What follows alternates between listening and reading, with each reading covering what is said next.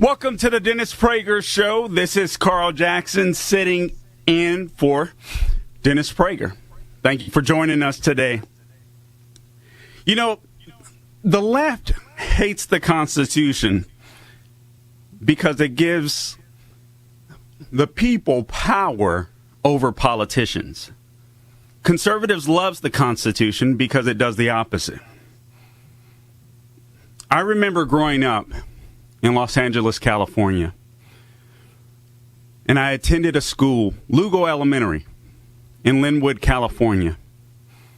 I'm a Christian conservative American that happens to be black. And I remember my principal, a black man, Dr. Logan, tall black guy. He would drive up to our elementary school in his Mercedes-Benz. We had a vice principal, Mrs. Coffee, black woman.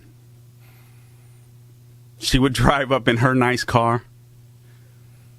This was the mid-'80s. Early and mid-'80s. They ran the school. They did well. They would look at us as a school primarily of black and Latino minorities. And they would tell us that we could be somebody. They would tell us that we could be somebody. They said, you know what? You may have to work a little harder in America because of the color of your skin, but you're going to work hard and you're going to achieve this American dream. This dream is for all of us. And you can get there. Just like we did. That was the mid-'80s. Today, if you listen to Benjamin, I can't wait for the next Negro to get killed so I can collect the paycheck crump. If you listen to Jesse, jack 'em for their wallets, Jackson. If you listen to Stacey, wannabe governor of Georgia, Abrams. If you listen to Big Perm, Al Sharpton, you would think that this dream isn't true anymore. I'm going to ask you guys a question.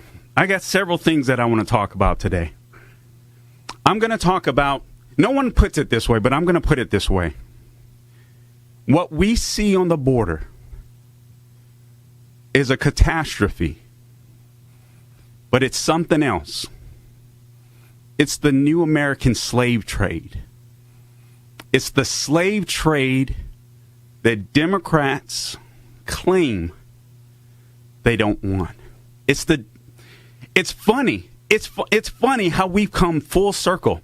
The party of the KKK, the party of slavery, is now implementing a new slave trade on the border. This isn't about American dream. That isn't an American dream that you see on the border. And some of you have the audacity to play a part in that slave trade under the guise of compassion. I'm going to challenge you today. You're not compassionate. You're not compassionate. You're telling me that America is systemically racist, where black people can't get ahead. Mom and Dad, I want you to do something. I want you to look your little black boy or little black girl in the face. I want you to grab them by their cheeks. And I want you to tell them. Actually, let me take that back. I dare you to tell them. You can't do anything because of your skin color. If you're dumb enough to tell your child that, you are a horrible parent. Likewise, Mom and Dad, you white liberals out there, if you are dumb enough to grab your child by the face and tell them you are inherently evil because of the color of your skin, you are a horrible parent. I'm just going to call it like it is. You know, I listen to Dennis Prager some daily. I read his columns often. He is an intellect. I call him he's kind of the grandfather of the conservative movement, I feel like, right now. I love his writings. I love his PragerU videos. I'm a little different. I believe many of the same things, but I'm a little more ghetto fabulous. I'm going to just give it to you real. I can't take what I see going on. I'll get into the Derek Chauvin thing. Derek Chauvin should walk, but he won't. I'm sure you guys haven't heard of the name Tony Timpa, but I'm going to encourage, especially you liberals, to look up that name. And I'll get back to that later.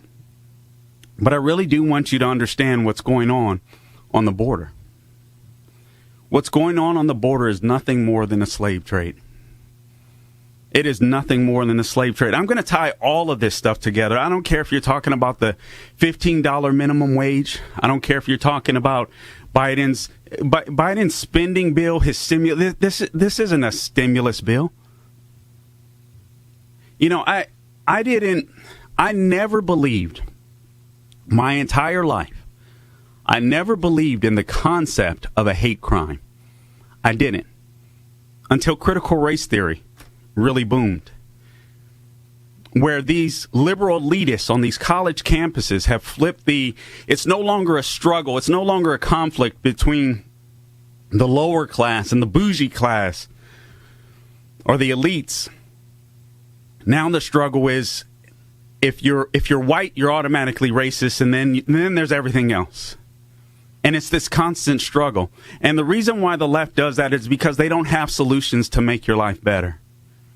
The left is powerful. The Democratic Party is powerful only when you're a victim. That's the only way they can have power over you, is when you're a victim.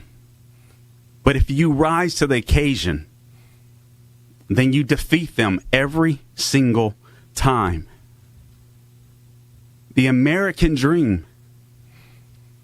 You know, I'll just be real with you guys. I'm chasing my American dream.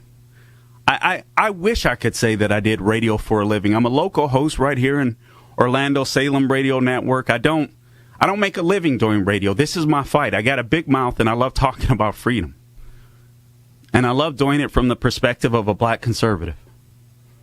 You know the difference between a black conservative and a black liberal? Oh, some of you out there are saying, oh, the black conservatives are sellouts. No, we're consumed with freedom. That's the difference. Black conservatives are consumed with freedom. The same way that these race-baiting punks find racism under every single rock that they flip over. I look for freedom. I look for freedom. Our founding fathers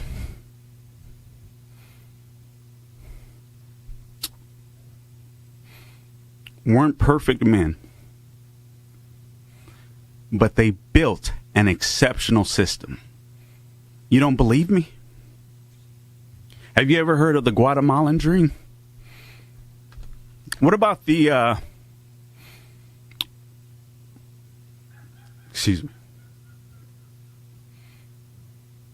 what about the Honduras dream? Ever heard of the Mexican dream? The Spaniard dream? The African dream? The Kenyan dream? The Nigerian dream? The Saudi Arabian dream? This is the best country God has ever given man. It's not even close. And we have a dementia despot in the White House that is trying to flip that around. What we're witnessing is the battle between good and evil. The battle between liberty and tyranny. And some of you guys have been duped and you've bought into it. You've bought into this lie that whites are automatically racist. You bought into this lie because of the color of your skin, you can't get anywhere. Let me tell you something. Martin Luther King had a dream. He accomplished that dream. And the left continues to spit on that. How dare they? How dare they? Mom and Dad, close your kids' ears real quick. Would you pay money to have your kids sent across the border and molested?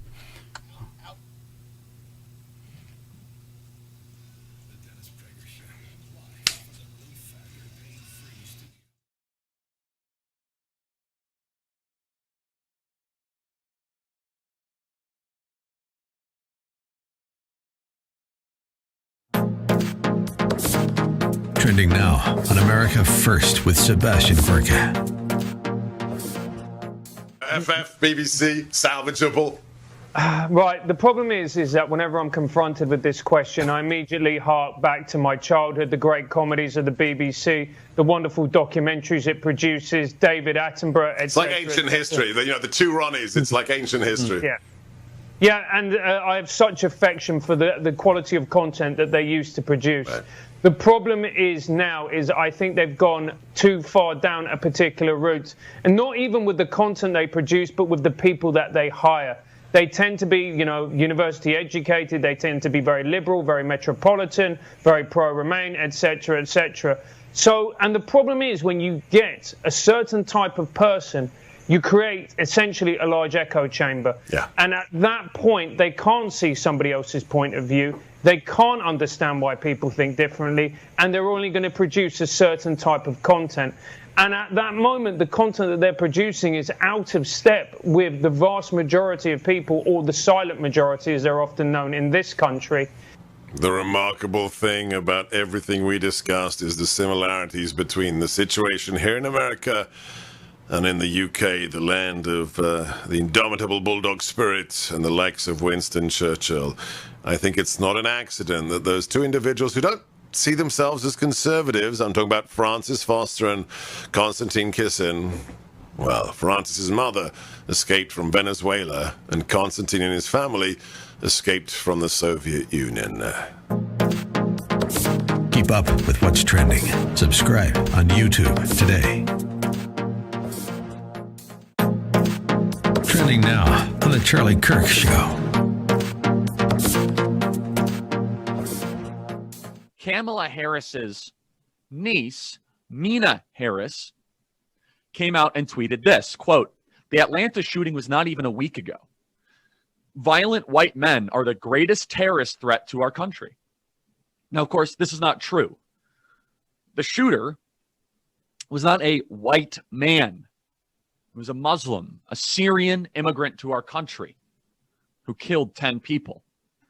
Mina Harris then went on Twitter, and her correction was almost worse than her actual original statement, which is a pretty stunning thing to say. Now, this is the niece of the vice president of the United States making a remarkably bigoted statement, stereotyping someone immediately as being a violent white man. She said this, I deleted a previous tweet about the suspect in the Boulder shooting. I made an assumption based on his being taken into custody alive that the majority of mass shootings in the United States are carried out by white men. She's admitting that just because he was taken alive, she used prejudice and stereotypes to categorize him as a violent white man. But this sort of bigotry and this sort of over-racialization of every single incident is intentional. Barack Hussein Obama, the former president of the United States, came out and said that what happened in Boulder is because of racism and misogyny. I'm paraphrasing. That's the essence of his remarks. Tucker Carlson went after Barack Obama last evening, calling him a racial arsonist. Keep up with what's trending. Subscribe on YouTube today. Trending now on The Mike Gallagher Show.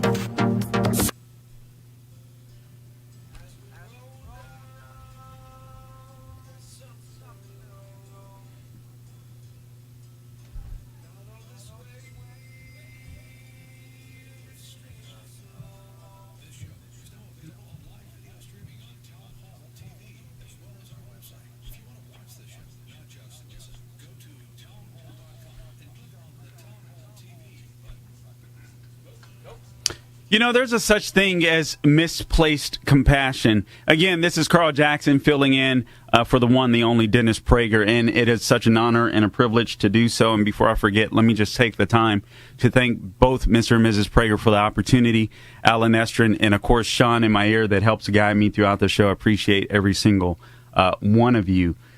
It's so amazing. Racism exists or is so prevalent in America that a nationally syndicated host by the name of Dennis Prager visits a black man that's nobody, a peon, visits my show and says, "You know what? I want you to fill in for me." That's how racist America is. It's a freaking joke. I'm so sick of this stuff. It gets me mad. I really, you know, Sean, I can be a funny guy sometimes, but this stuff makes me so mad. And it makes me so mad that people buy into it, especially my own community. So there's so many things, again, that I'd like to talk about. But I want to preface it with this. Actually, my wife reminded me of this scripture this morning, because what we see or what we have in America is a lot of misplaced compassion. I do think there's a lot of good people out there that are Democrats or liberals, not necessarily leftists, that really have, you know, great intentions, good intentions when it comes to the slave trade happening on the border. You know, but the human heart, Jeremiah 17:9 says, the human heart is the most deceitful of all things and desperately wicked. Who really knows how bad it is? That's the New Living Translation. But I want you, Mom and Dad, to picture. I want you, seriously, I want you guys to answer this question. The problem is we have it so good in America. We have to invent grievances. That's what Stacey Abrams does in Georgia. I'm gonna clear up the Georgia election stuff, because now they're talking about boycotts from sports teams, Coca-Cola. You know what? Okay, adios, sports. Adios. I'm a big sports fan. I love sports. Forget it. I'm not participating anymore, and I challenge you to do the same. We don't need them, actually. They need us. We can go form our little sports leagues where boys can play against boys and girls can play against girls. Did I say something crazy? Yeah, we can do that. How about we do that instead? How about we go watch our kids instead of these overpaid morons that are these little social justice warriors that are contributing to the slave labor and the murder of Muslims, Uyghur Muslims in China. How about we watch our kids instead? I'd rather do that. I'd rather pay money there. But I want to ask you parents, all of you compassionate liberals, all you compassionate Democrats, let me ask you a question. Let me ask you a couple of questions. Would you pay a stranger in hopes of a better future for your child money to take them across a border, to take them to a distant land, a foreign land, knowing your child is going to be molested, raped, worse? What about you? What about your sons? Would you pay them knowing that they're going to go to a life where possibly, more than likely, unless they do it the legal way, they're going to be subject to a life of servitude, hard labor, so on, etc.? That's compassion. I think we're the only industrialized nation dumb enough in the world to not completely seal our borders. Yet we get called out for it, despite the fact that we are the most generous nation when it comes to legal immigration. So I'll get into the numbers later in the show. But I'm sick and tired of saying that we're not compassionate because we want our borders closed. You doggone right I want the borders closed. You are doggone right. I don't want to see little girls raped and tortured and molested. You doggone right. I don't want to see drug traffickers, sex traffickers, and human traffickers take advantage of children. You doggone right. I don't want to see another victim of MS-13 on the streets of Chicago, Los Angeles, or wherever the heck else. See, I believe that I'm more compassionate than you because I'm willing to see the entire picture. But you have it so good in America. That's the problem. We have it so good in America that we just have to look for stuff. And that's exactly what the left wants us to do. That's what critical race theory is about. They just want us to look for stuff. Stacey Abrams wants to pretend like the elections in Georgia are systemically racist. It's Jim Crow 2.0. How sick is that? I mean, seriously, do we understand what Jim Crow is? Does Stacey Abrams, this is a woman that is an attorney with a college degree. Do you understand what we're seeing? Do you understand what we're watching in front of our face? These people think we are morons.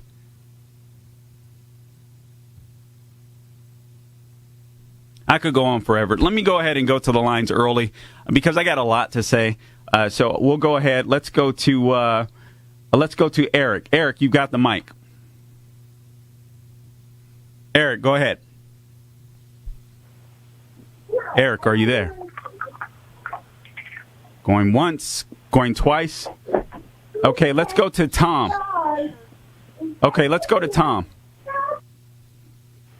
Tom, you got the mic. Are you there? I certainly am, Mr. Jackson. It is an extreme delight for me to have the honor to speak to you again. You know, of all the substitute hosts, and what I'm about to say, I'm not blowing sunshine, as my son would say. It's the God's gospel truth. You are the only substitute host that I enjoy as much as Dennis Prager. And I really mean that.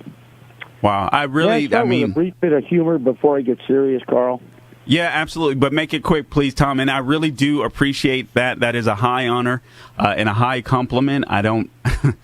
Dennis Prager is amazing, so I appreciate the compliment. We've only got a minute, Tom, so I got to get you to make it quick. Okay, well, then I'll skip the little joke and get right to it. Okay. What I'm about to say, I never thought I would until recently.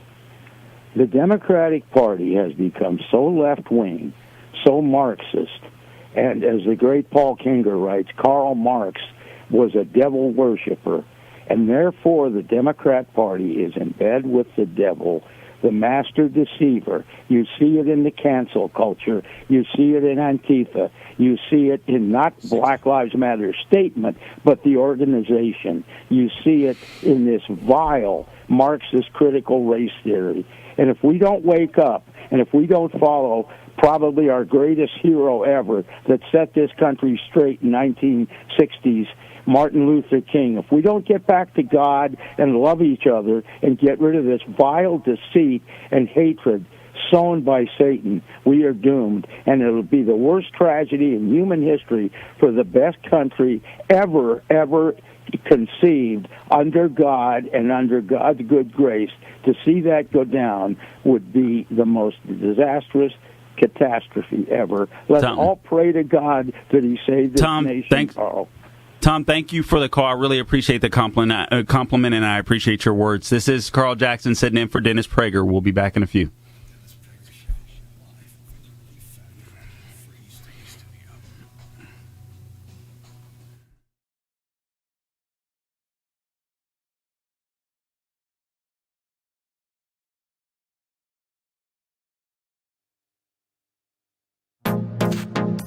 Trending now on the Hugh Hewitt Show. Regarding the filibuster, at John Lewis's funeral, President Barack Obama said he believed the filibuster was a relic of the Jim Crow era. Do you agree? Check, stop. Yes. CNN does fact checks. I don't care if President Obama said that at John Lewis's funeral. I don't care if he says it on the steps of his house. I don't care if he walks out in the middle of Pennsylvania Avenue and says it's not true. It's false. It's a lie. So when CNN does that, they're using President Obama's lie to cover their own lie, and they're not fact-checking themselves. 4 questions about the filibuster, because the media is left-wing and wants to change the filibuster, which they did not complain about during the years that Chuck Schumer used the filibuster to frustrate Donald Trump for 4 years. Bob in Atlanta, what do you think, Bob? Well, Hugh, I love listening to you, but I like to give you a hard time, too. So I'm going to cross-examine you. I'd like a yes or no answer. Do you think President Biden is that bright? I don't. I don't think he's that bright at all. What is your answer? Can you do a yes or no for me? Yes or no. I think sometimes he's very bright, but often he exhibits the same sort of slowness that my father, when he was 78, exhibits. How's that? Well, I'm not talking about that kind of dementia. Not dementia. I mean, he takes a while to come up with the answer. I think he's bright. He's a learned guy. He's been around. But I think when you get to be 78, it takes a while for the gears to engage. I don't think he's got dementia. I just think he's slow. Slow Joe Biden. Keep up with what's trending. Subscribe on YouTube today.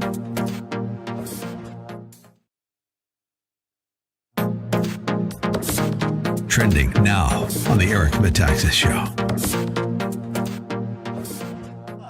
For 50 or so years, we've really not been teaching what does it mean to be free? What is self-government? What are we don't teach that. And so you drift along and something like this happens and people just sort of go along because Americans are nice. Who do you think is behind this? Yeah, I've identified a lot of the bad actors. Big tech is up 24 billion, 26 billion, over 100 billion for, the six guys who run big tech.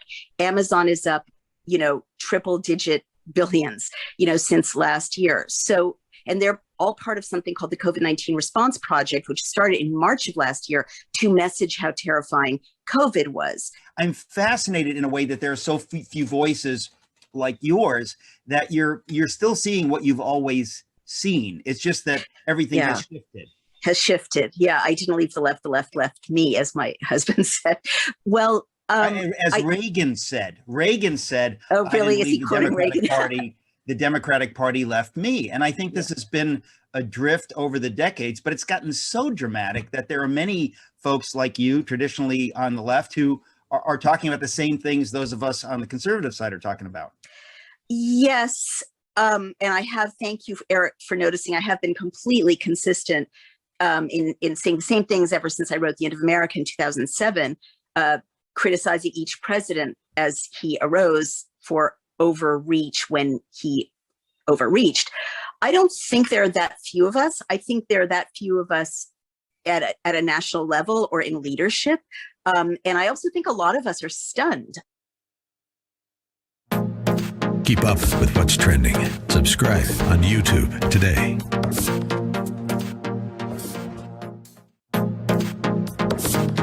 Trending now on America.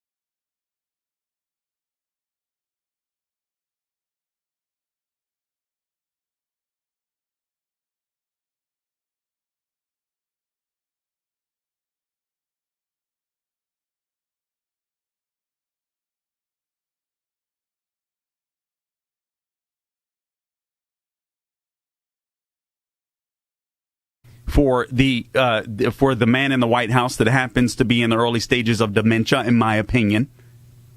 So that's we get the fluff, but the real stuff happens on the other side. See, the slave trade is between the drug cartels, the human traffickers, and the left. The left wants a perpetual, permanent underclass.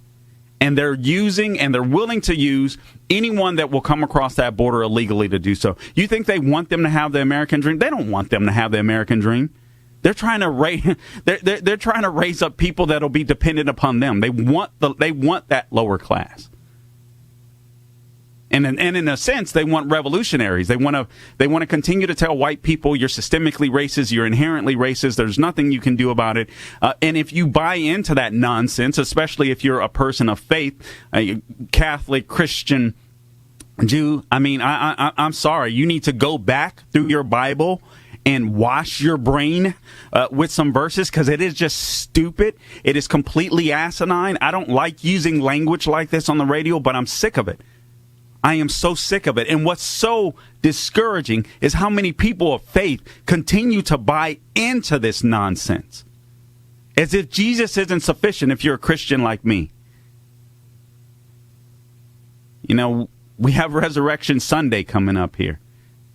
And many of you that claim to be Christians and people of compassion that buy into this nonsense, it'll be a good because you are participating in a slave trade on our border.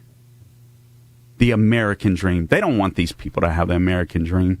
And honestly, it's disheartening that we've gotten to a point where so many people in America are so foolish to believe it.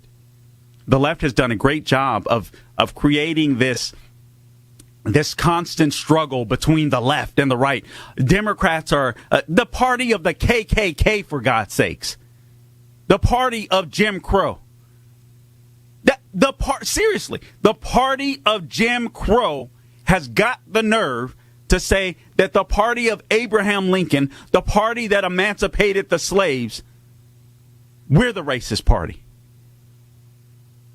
And then you got blacks that are willing to call people like myself, conservative blacks that are consumed with freedom, all types of names because they think we're the sellouts. Give me a break. Give me a break. All right, we'll go to one more call before I get into the Georgia elections. I'm going to set the record straight on this nonsense, and then again we'll get into Derek Chauvin. Okay, Eric, I'll give you another try. We only have 60 seconds, so you got to make it quick. Eric, are you on the line? Yes, sir. I'm back. Sorry about that. You're doing no a great problem. job, Go ahead, Carly. You got some big shoes to fill here. You're knocking out of the park. Anyway, this, the Matt Gaetz thing that's going on, it makes me, kind of sick to my stomach. It just feels like it's, another witch hunt from the left, and they keep looking for stuff that, isn't even there. I mean, I've been a victim of false accusations myself, so, I feel for Matt Gaetz because, he's a good-looking, charismatic guy. He's doing good stuff on the right. He's charming. He's got that amazing hair. And the very thought that someone like him would 5 seconds, Eric. So low. I'll address this. I'll address this on the other side. I appreciate it, Eric. Thank you for calling in. This is Carl Jackson in for Dennis Prager. We'll be back in a few.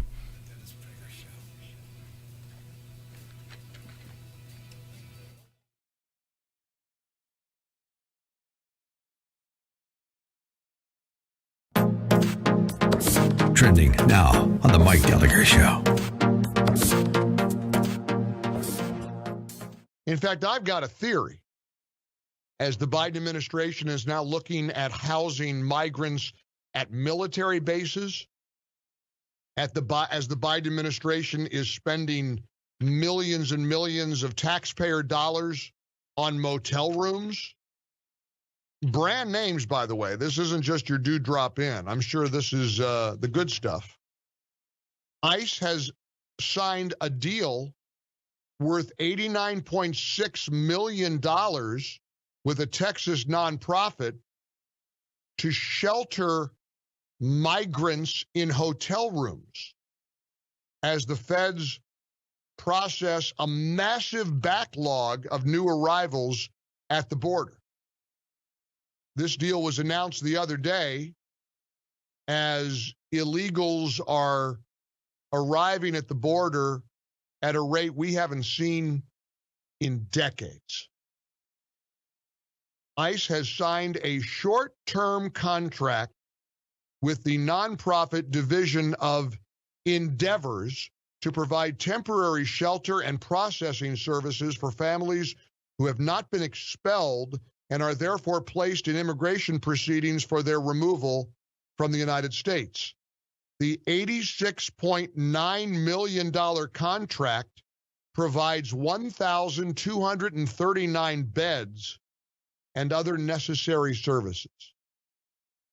Somebody get out a calculator and do 86.9 million divided by 1,239.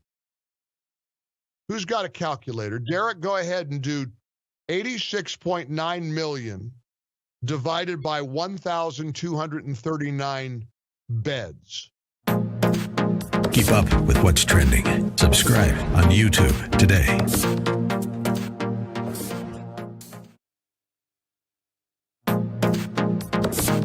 Trending now on The Larry Elder Show. Studio. Of course, nobody brought up during the press conference that polls show that Americans want voter ID, including black Americans. Yet your party trashes voter ID as voter suppression. Can you please explain how it is that black people want something that you call voter suppression? That didn't come up. Nor did the stunt that Tammy Duckworth and Macy Hirono tried to pull come up. Two Asian American senators, Democrats. A couple days ago, they told Biden that they weren't going to confirm any more new nominees until and unless he appoints an Asian American to a high-level position. Mr. President, what is your reaction to being pressured to put someone in your administration based on skin color, as opposed to performance, as opposed to your comfort level with him or her, as opposed to background? Is this the direction we should be taking America, Mr. President? When you said you wanted a cabinet that looked like America, you're implying that unless the cabinet is racially reflective of the country, then it's an invalid cabinet, invalid administration. Is that what you're telling us? Should we do that with the NBA, Mr. President? Should we do that with doctors? Should we do that with people who design bridges? Airline pilots? Should we hire based upon racial diversity and proportionality as opposed to competence? I'm asking.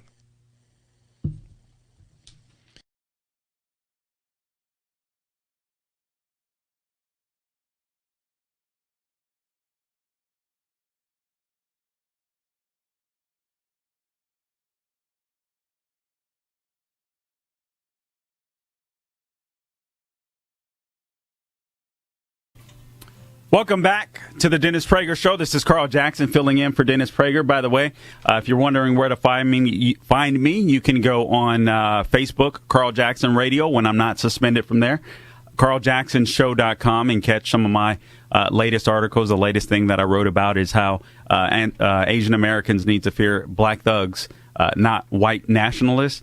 And I will be getting into that later. I'll give you some stats. I don't know why the black community is so afraid to address what's happening within our own community.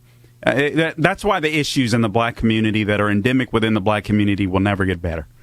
Unfortunately, like I said again, you got all the race baiters from Stacey Abrams to Benjamin Crump to Big Perm Al Sharpton to Jesse Jackson making all of this money off of us. It's so funny. So I get called the sellout, and honestly, I don't even care. I'm living to please Jesus. I'm not worried about you. So, but quite frankly, it's just funny to me how I'll get called the sellout when you got these race baiters that constantly just try to keep the black people mad. Just that's their goal. Keep black people mad. Keep black people mad. Why do we want to keep black people mad? Because if we can keep black people mad, we can control them. We can use their emotions to control them. This trial that we're watching in Minnesota, Minneapolis, wherever it's occurring, with Derek Chauvin is a joke. Let me just go ahead and get it out of the way. It's an absolute joke. But here's the thing. Derek Chauvin isn't going to walk. I don't think he's going to go free. He should walk, but he won't. Now, Carl, why do you say that? Oh, man, that's the ultimate sellout thing. No. It's because it's the difference between understanding the law and being manipulated by emotions. I didn't like what I saw. I don't like the way Derek Chauvin handled that situation with George Floyd. But I got to say something else. I don't like the way George Floyd handled it. I don't like the way. See, if Derek Chauvin was smart, what he would have done is sued the pants off of Keith Ellison in Minnesota, who intentionally did not show the first half of the video, let everyone brand him a racist. Before I even got criminal charges, I would have went to try to sue the pants off of Keith Ellison. But because he didn't make that jump, I think he's going down. Here's the simple truth. More than likely, and we don't know for sure, this is the difference between getting all emotional about stuff and understanding the rule of law. We have to, if we're going to be a civil society, we have to understand the difference between the rule of law and the rule of man. The rule of man is arbitrary. Whatever people feel, that's what should happen. Oh my God, he just killed George Floyd right in front of us. Let me tell you something. I bought into that initially because I saw the first half of the video. I was right here in Orlando on our local station saying, Derek Chauvin should be shot. Somebody should pop a cap in that. That's the way that I felt. And then I saw the other video, and I was like, what? And I started looking into it more, and then I found out that he had fentanyl in his system. Now, I got to tell you, for those of you that don't understand, I've had a family member that passed as a result of fentanyl-laced drugs. So I don't take it lightly, and I don't want to minimize what's happening there. But when you have that in your system, you're going to die. You're going to die. George Floyd, had he not died on the street with Chauvin on his back, would have died elsewhere. But I believe he would have died that day because he had more than enough in his system. Now, another thing that you have to understand about this case, regardless of what you see, I understand it looks bad. Where Derek Chauvin messed up is there was just no wisdom. He didn't practice wisdom there. He didn't practice situational self-awareness. You got a crowd gathering. You understand everything that's happening in the media. The media is constantly trying to frame whites as racist and this and that. Look at what's going on with the Asian stuff, which I'll explain later. Constantly trying to frame whites as racist. You have to be situationally aware. He wasn't. He didn't exercise wisdom. But what he did do was exercise his training. If he didn't want George Floyd to wake up from excited delirium, and that's something that they practice in the Minneapolis Police Department, that word didn't get out. Unfortunately, I don't like them practicing that, but they allowed their officers to practice that. So thereby, he did nothing illegal. What we saw looked disgusting. I wouldn't recommend it. Okay? But if you're following the law, that's why if I were to ever get in trouble, Sean, I don't want a jury. Just give me a judge because people get too emotional. I'd rather be judged by the rule of law and not the rule of man. So I think what you're going to see in the Derek Chauvin trial is Derek Chauvin judged by the rule of man. He may be a horrible guy. I don't know. He may be a decent guy. I don't know. But what I do know is he didn't break the law that day. He exercised bad judgment and bad situational awareness. And because everyone thinks white people are racist, and the media framed it that way, and Keith Ellison intentionally framed it that way, and the mayor intentionally framed it that way, so the heat wouldn't go to them for their bad policies in that democratically run city, they just made Derek Chauvin the scapegoat. All right, anyway, let's go back to the lines real quick, and I promise I'll get into the Georgia elections. Let's go to Steve. Steve, you've got the mic. If you can make it quick, please. Steve, are you there? It's an honor to speak to you, Carl. Let me say that the current Democratic Party, as you eloquently mentioned, is currently the party of racism itself. We could see that, as you mentioned, what's happening at the border. You see, when it comes to the Democrat Party right now, if they don't show it on TV, the Democrats, it doesn't exist. But they'll cherry pick what they want to exist, like they'll make up about racism. I'm sick and tired, as you are, about identity politics. That's all they talk about. Blacks and how whites are bad, and browns and every single color under the rainbow. When the Democrat Party has a whole bunch of anti-Semites in their own particular party, but they say nothing. They say nothing about Tlaib. They say nothing about Omar, who's an ingrate. These are disgusting people. Half of America, as a matter of fact, voted for President Biden, or let's just call him Biden because he's an empty suit. He's a nothing. People in the background are controlling him. Obama as well as Susan Rice. Half of these people who voted for Obama in this nation are ignoramuses. Totally ignoramuses. Steve, thank you. Thank you for the call. Thank you for the call, Steve. I hear your passion. I completely understand, and I am in tune with you. This is Carl Jackson sitting in for the one and only Dennis Prager. We'll be back in a few.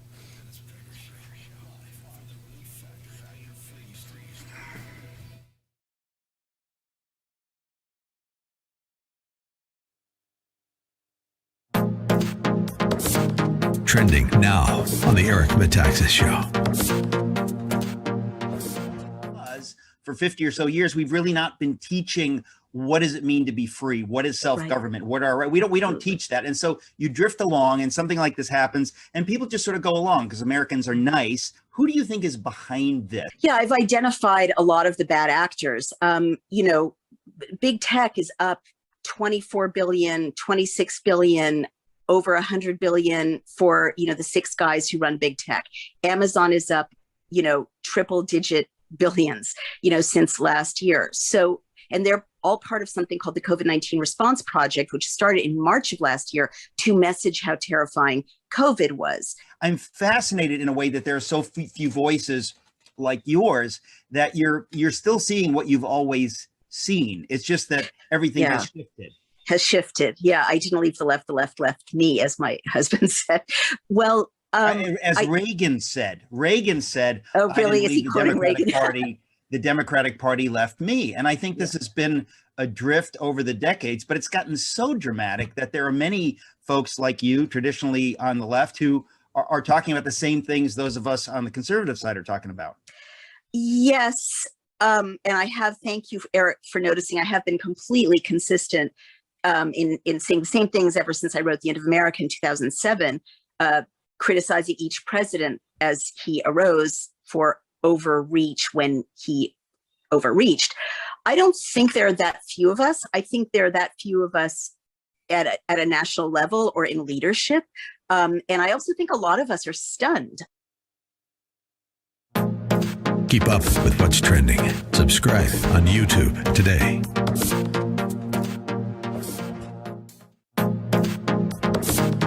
Trending now on America First with Sebastian Gorka.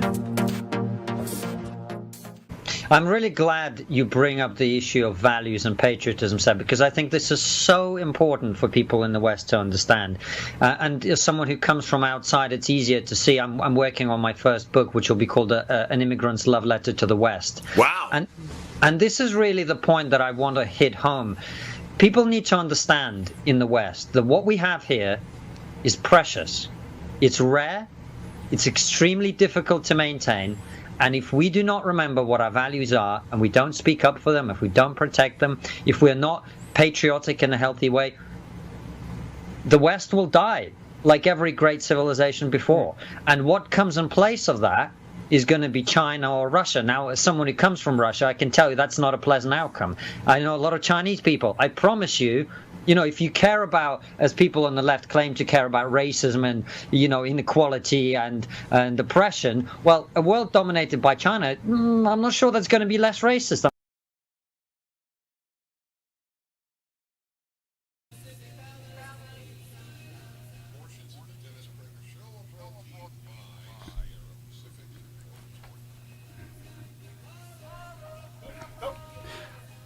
The coronavirus has made financial markets unpredictable, and it has not been a smooth ride for mortgage rates. Andrew and Todd are here to help you manage market volatility and help get you into a better financial situation.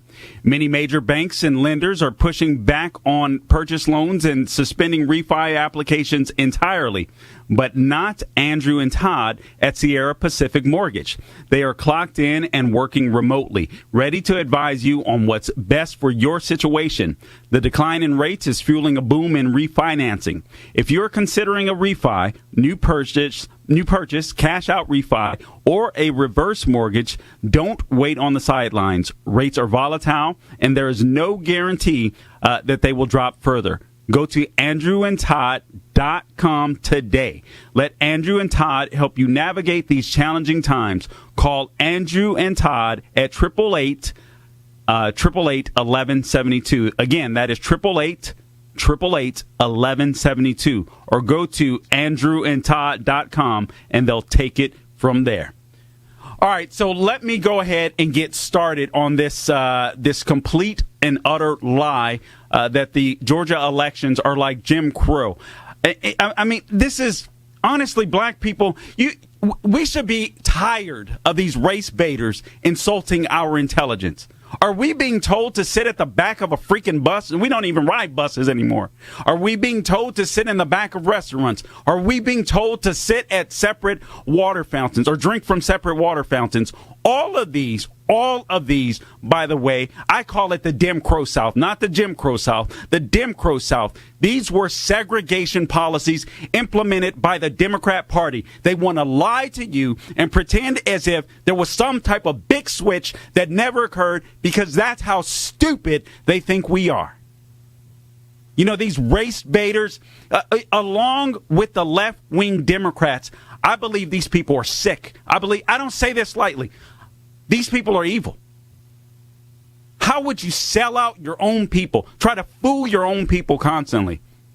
Lie about every situation. I understand. Listen, I view George Floyd a little differently in this way. I understand that man had a family that loved him. So obviously they're going to feel differently. But here's the thing, and I wrote about this when Michael Brown tried to kill that police officer, because that's exactly what he did. Black thugs are not black heroes.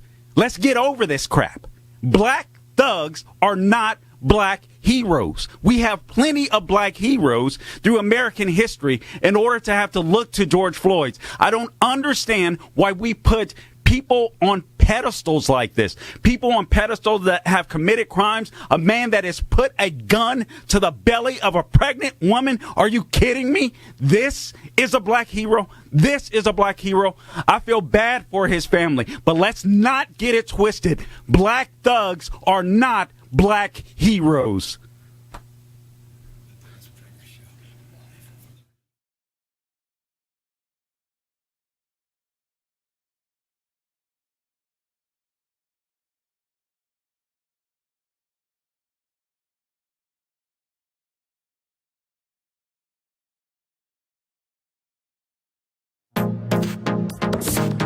Trending now on America First with Sebastian Gorka. Should American patriots leave Twitter right now because of what they're doing to conservatives? Should we stay there because it's the battlefield? Or should we wait until President Trump's platform goes live? We're only a couple of hours in. It's an amazing division. Some people say leave now. Some people say wait. What is your response to what they're doing to all conservatives, Mike, not just you? Well, my response is I've been working on for 4 years. We've got now, and I'm launching the platform Frank in less than 10 days. Frank. And when we launch this, it's called Frank. You go to frankspeech.com, and it's a platform. It's like YouTube and Twitter combined. You don't have to wait. You know, nobody has to wait. We're moving all the people with podcasts over there. Tens of millions of people. I built it. By the way, you can't take it down. It's the most secure platform. I bought all my own servers, all my own network, everything. So this was a surprise. I'm announcing it right here on your show. Wow. And you can, I'm going to have people that are on my platform will be able to, if you get kicked off of YouTube, that means you're at least telling free speech.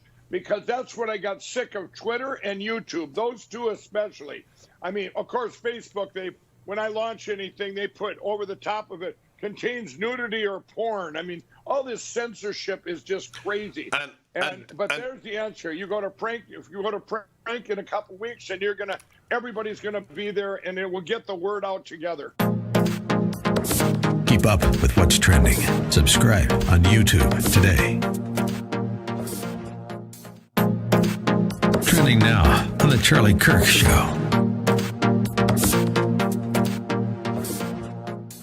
And they are not insurgents, and we are not being invaded, which, by the way, is a white supremacist idea, philosophy. She doesn't know what philosophy means, and that's okay. She's not very bright. She has a very big very substantial following, I should say, Alexandria Ocasio-Cortez, is articulating why she's angry at the people that are angry, that the left seems completely uninterested in complaining that the Biden administration is actually doing everything on the border worse than the Trump administration. But why is it that it feels as if we are slow to move against Joe Biden? I remember against Barack Obama. It was organic. It was real. There was a response that was unscripted. Patriots across the country rose up and started Tea Party groups. Candidates ran for office. Rick Santelli's famous rant in 2009 or 2010. And I'm reminded by a phrase that substance does not matter as much as style in the eyes of most voters. You see, what we make fun of Joe Biden for is actually a winning quality to most voters. The fact that Joe Biden is kind of sleepy and slow, the fact that Joe Biden falls upstairs, which is a rather remarkable thing, it's exactly what the ruling class wants. You see, Joe Biden is like the grandparent that kind of falls asleep in front of the television at 7 o'clock. Keep up with what's trending. Subscribe on YouTube today.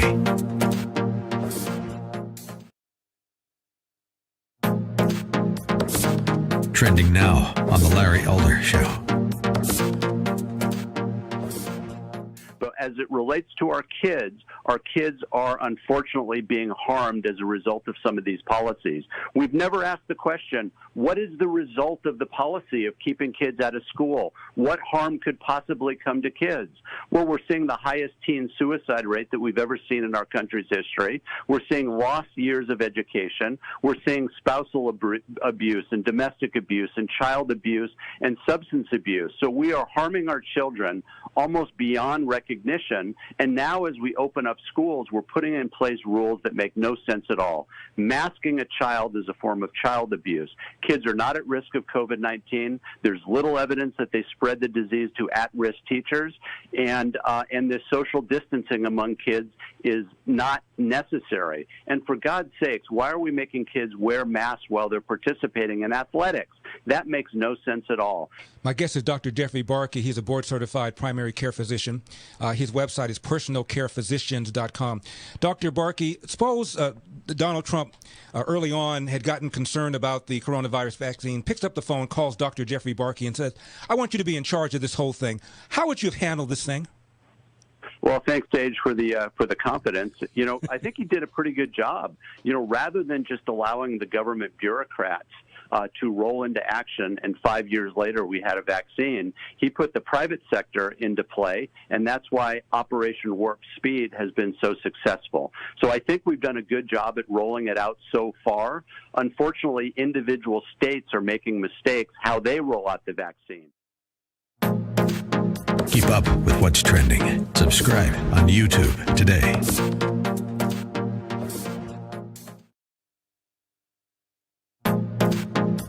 Trending now on The Hugh Hewitt Show. I'm focused in on the stepped-up basis rule. I'm reading from Forbes. Eliminating stepped-up basis could be a middle-class tax hike. You know, the president promised no one making under $400,000 a year would be taxed by his proposals. This impacts many, many millions of people who make less than $400,000 a year. It impacts every retiree who stayed in their house and saved for retirement and said if they don't have to use it when they die, it'll go to their grandkids. No, it won't. It's going to go to the federal government. The death tax Democrats are marching towards your savings. Do the Republicans have a plan to beat this? Are there 5 Democrats who don't want to get wiped out in 2022? Well, here's the other thing quickly here that affects everybody. Rampant inflation. I mean, yeah, that's going to affect every...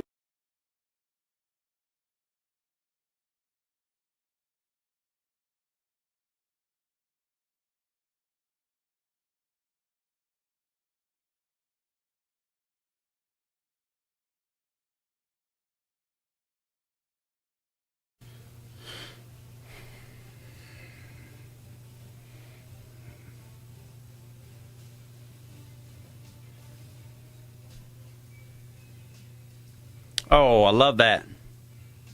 Mm-hmm. Hey, welcome back to the Dennis Prager Show. This is Carl Jackson filling in for Dennis Prager.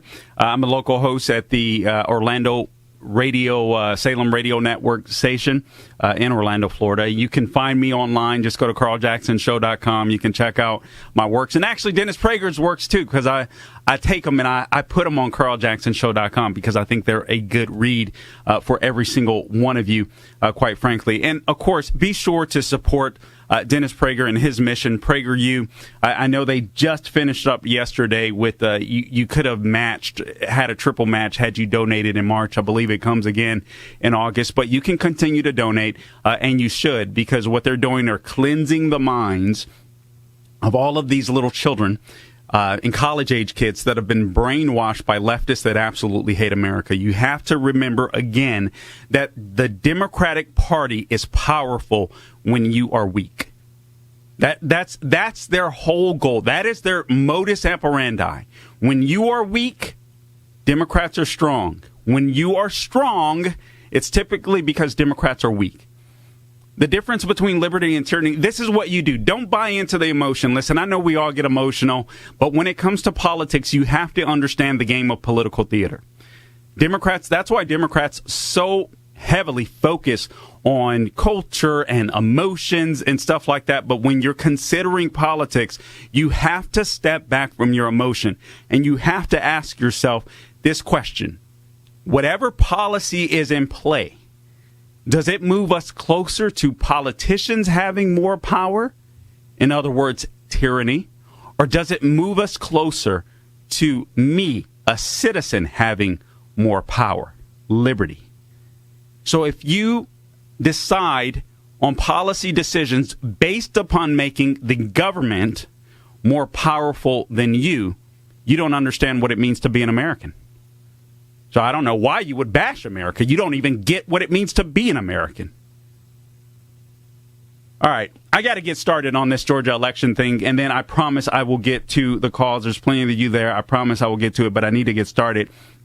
All right, so again, Joe Biden and the wannabe governor of Georgia, Stacey Abrams, Al Big Perm Sharpton, Jesse Jackham for their Wallace Jackson. You even got Tyler Perry, coming out talking about this is the Jim Crow 2.0. I put an end, I think, to that asinine argument in the first hour, but I would encourage you to go back to DennisPrager.com if you want to listen to the audio later. It's just stupid. It's offensive that other blacks would think other blacks are this stupid. But they bought into this race hustling business. They're making big money off of it. So that's what they do. Keep blacks in fear, keep blacks mad, let me tell you something. Let me help you out, white people. Let me help you out. We're coming into, I know we just ended the presidential election. Next year, there's going to be an election cycle. Here's what I would suggest if you're a first responder, cops on, etc. Don't arrest any black people. Just see what happens. Just go ahead and let it slide. Whatever you do, the left is going to try to put it on camera and frame you and claim that the entire police force across the entire nation is racist. So I'm just bracing you. If a black thug attempts to take your gun and steal you and shoot you and kill you with it, like Michael Brown did to the officer that he attacked, go ahead and let him kill you first, shoot you, and then let them get that on camera. And then if you wake up from the dead, you can fight back. That's what the left wants. This stuff is absolutely stupid, but this is a fairy tale world that we live in under the left. Now, a March 25th report from the New York Times referred to this Georgia law as a major law to limit voting. The question is it really doing that? Is this the new Jim Crow South, as the Democrat Party claims? Have Republicans taken over for the Democrats and become the racist party that are now implementing a new Jim Crow? Is that what is happening in Georgia? So here's what Stacey Abrams, the former wannabe governor, or the current wannabe governor, had to say. She's from Fair Fight Action, and she said this: from the passage of the SB 202 voter suppression bill targeted at black and brown voters to the arrest of a black to the arrest of a black legislator who was advocating for the voting rights of her constituents, today was a reminder of Georgia's dark past. Abrams wrote this last week in a tweet. She went on to say, "We must fight for the future of our democracy." Okay. So going back to the racist past, let me ask you this question. I looked up this morning, I forget the website, but there are approximately 20 ethnicities roaming around the United States. And why is it that blacks are the only one that can't succeed? You ask yourself that question. The fact is we actually do. In large numbers, many blacks are doing well. But there is a large low-income population of blacks, and that's because the race hustlers like Stacey Abrams wants to keep us mad and keep us down because that empowers her. She makes her own people weak so that she can continue to be strong. That's what the left does. That's the game. That's the gimmick. That's the routine. Every time Benjamin, I can't wait for the next Negro to be killed, Crump, lies to you and tells you that cops are out hunting black people, when you can go to the Department of Justice or the Labor Statistics stats and clearly see that that is not the case, that whites are overwhelmingly killed more by cops than blacks. And you have Heather McDonald, who has written about this stuff extensively. The numbers don't bear it out. But what do they want? Keep you mad so they can retain power and so they can gain power. All of this stuff, the stimulus package, the minimum wage hikes, all they're trying to do is destroy the middle class, destroy Trump's donor class. That's what they want to do with this Fed. They know the only people that can afford $15 minimum wage are major corporations. You don't pay some pimple-faced 16-year-old kid $30,000 to start. And if if I'm not wrong, the numbers for people that are actually are counting on the minimum wage that are adult age is about 2% of the working population, minimum wage working population. And they go on to get a raise within 90 days, so they're no longer on minimum wage. This is just a total lie. They take these numbers and then they just go to the extreme with them, and they play into your emotions just so you can be weak and they can be strong.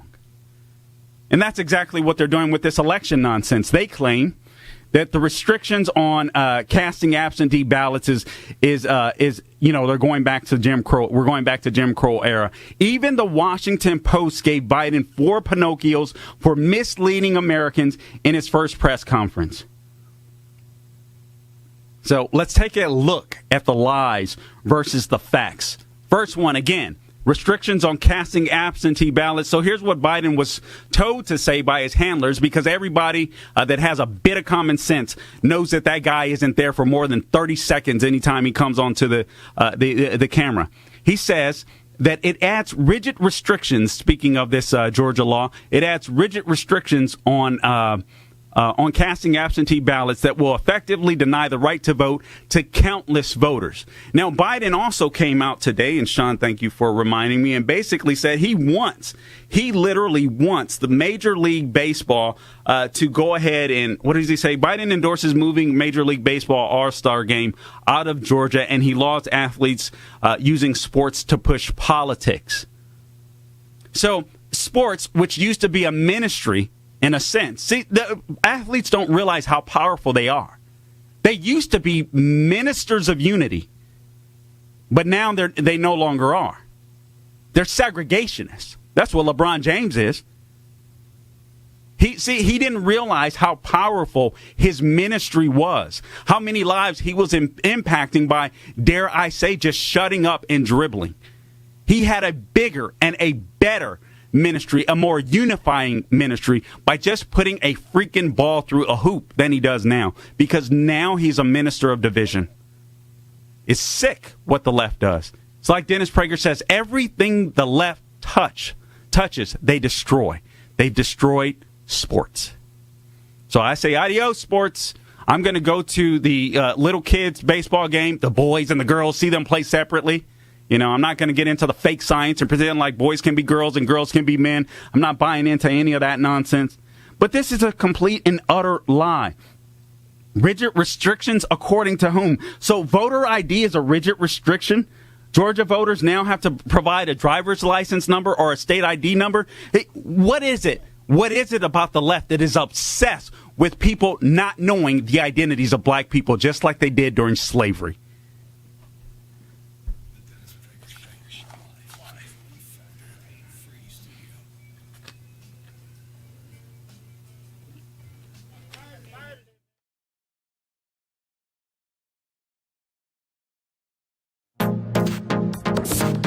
Trending now on America First with Sebastian Gorka. And then the interview, a long interview on Tucker Carlson's show last night. An interview which friends of mine in the conservative media have said was not good for Matt Gaetz. I had a slightly different reaction. I thought he composed himself and comported himself well. But Tucker Carlson didn't react well to the interview. This is what he had to say after Matt Gaetz left his show. Cut for Tucker Carlson. If you just saw our Matt Gaetz interview, that was one of the weirdest interviews I've ever conducted. That story just appeared in the news a couple of hours ago. And on the certainty that there's always more than you read in the newspaper, we immediately called Matt Gaetz and asked him to come on and tell us more, which, as you saw, he did. I don't think that clarified much. But it certainly showed this is a deeply interesting story, and we'll be following it. Don't quite understand it, but we'll bring you more when we find out. Well, it did clarify where Matt Gaetz stands. He says he denies it. He denies all of it.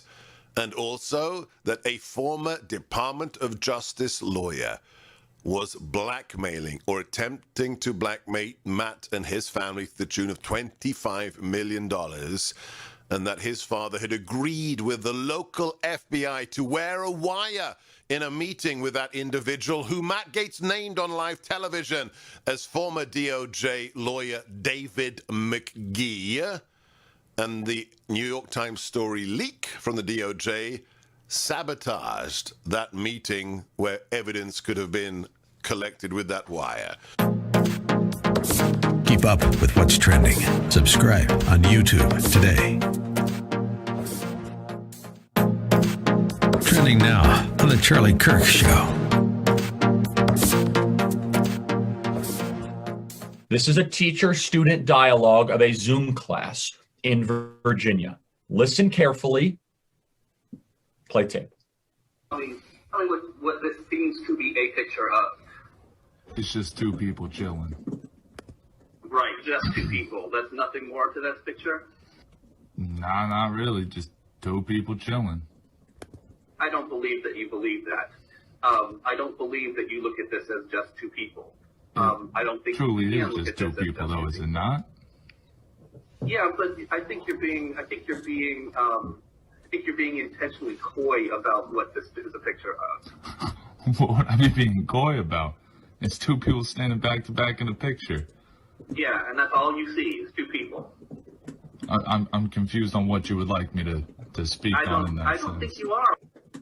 Well, I'm confused. Are you trying to get me to say that there are two different races in this picture? Yes, is that what you want me to say? Well, at the end of the day, wouldn't that just be feeding into the problem of looking at race instead of just acknowledging them as two normal people?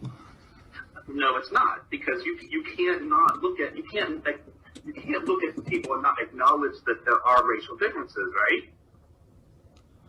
But if we're going for, let's say if we're looking for equality within all this, then why would we need to point out things such as that? Because those differences are real things. Those differences are real things, says the eugenicist teaching your children. Margaret Sanger trained this public school teacher, this white school teacher, very well.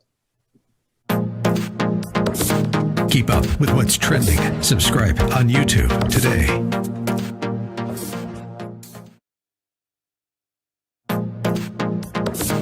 Trending now on The Larry Elder Show. I've also been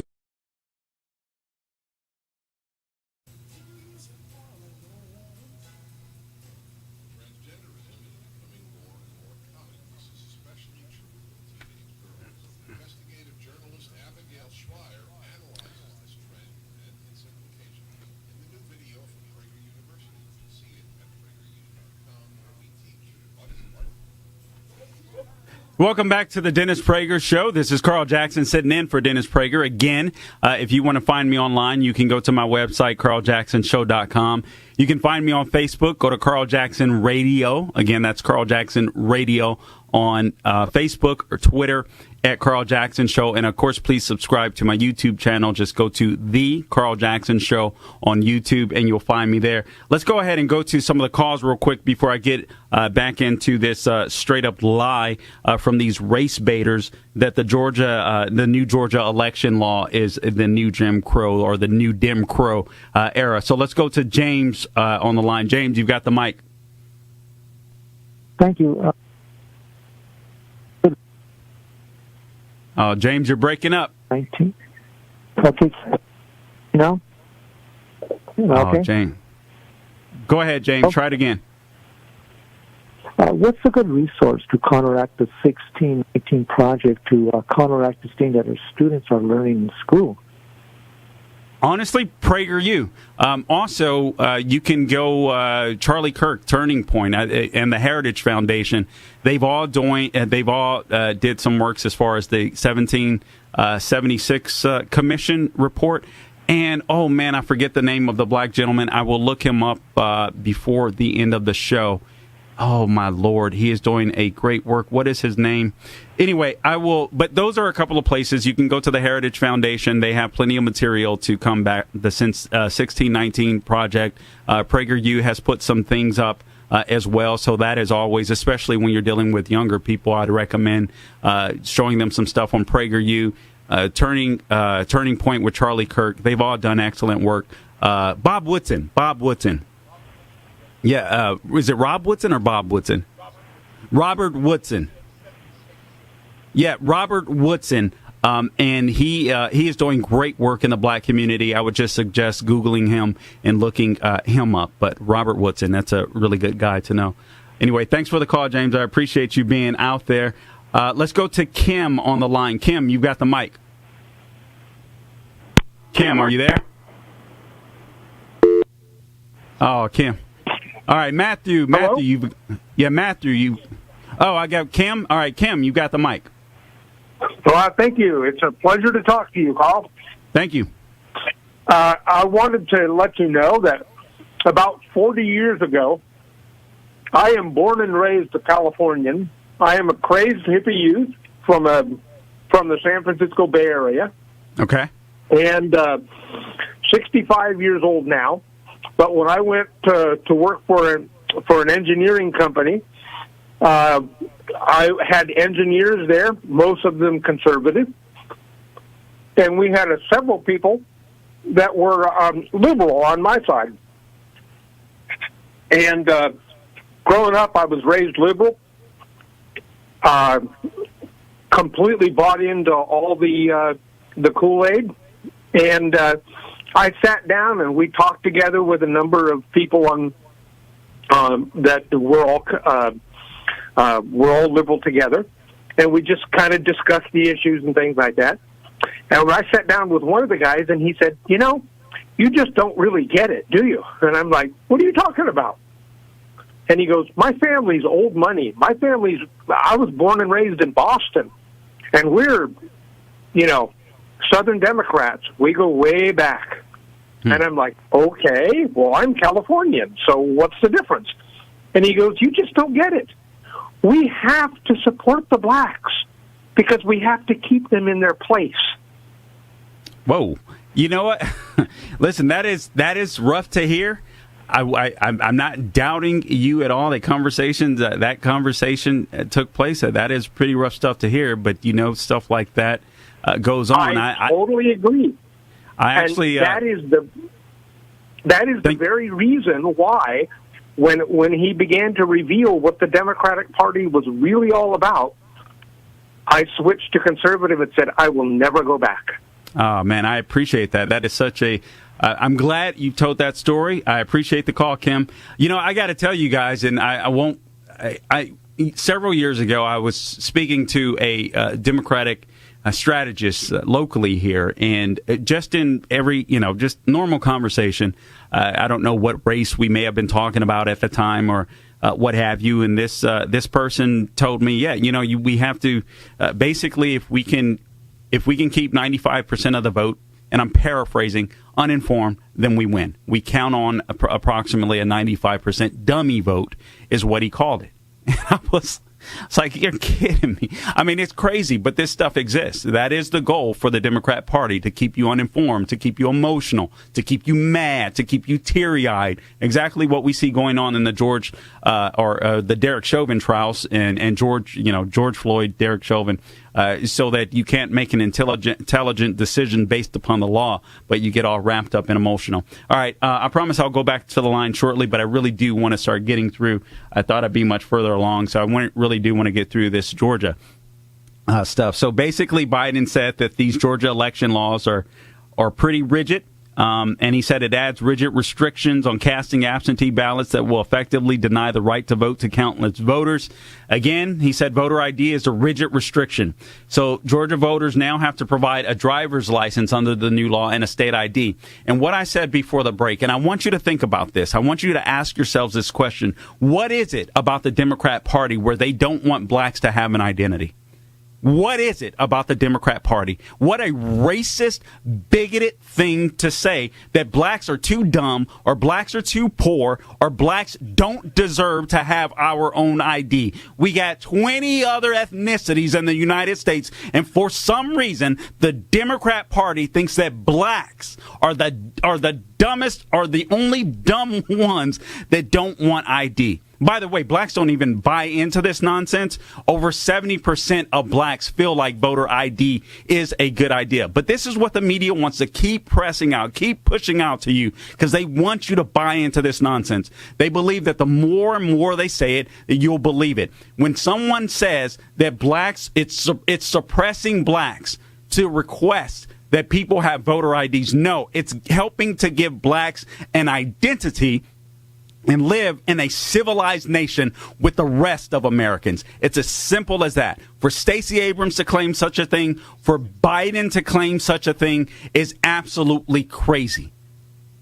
It is racist. It is bigoted. It is disgusting. I can't believe people fall for that. No. And by the way, in the state of Georgia, do you know 96% of voters already have an ID in the state of Georgia? And you know what? For the other 4%, they get to get a free one if they request it. That's voter suppression? That's voter suppression? Yeah, it's voter suppression for sure on the Democrat side. They don't even want blacks to have their own identification, just like the slave days. Isn't it amazing how the Democrat Party constantly comes full circle? They're a bunch of racist bigots. That's what they are. This is Carl Jackson sitting in for Dennis Prager.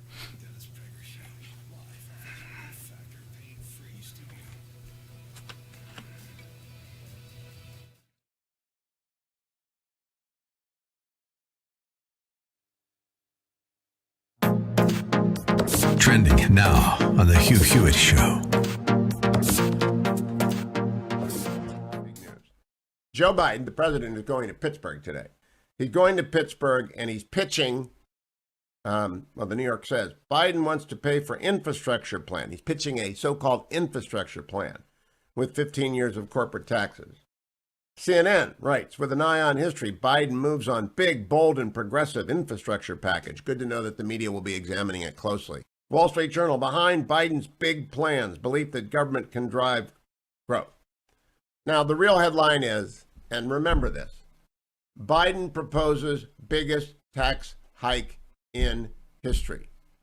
The death tax Democrats are coming for your money. And they will tell you that only 20 million people will be impacted, when in fact 20 million people and all their heirs and assigns, as we say in trust and estates law, will be impacted. If you are over the age of 60, you ought to have smoke coming out of your ears if you're over the age of 50 and you bought a house and you're paying it off dutifully, if you actually bought a house anywhere in America, you're just screwed. They're going to do away with stepped-up basis. They're going to repeal the Tax Cuts and Jobs Act. They're going to raise the highest marginal rate to 39.6. They are going to raise the corporate tax rate to the highest in the world, 28%. 21% right now, competitive with other countries barely. The European average is 19.99%. China is 25%. They're communists. Joe Biden is proposing 28%. Keep up with what's trending. Subscribe on YouTube today.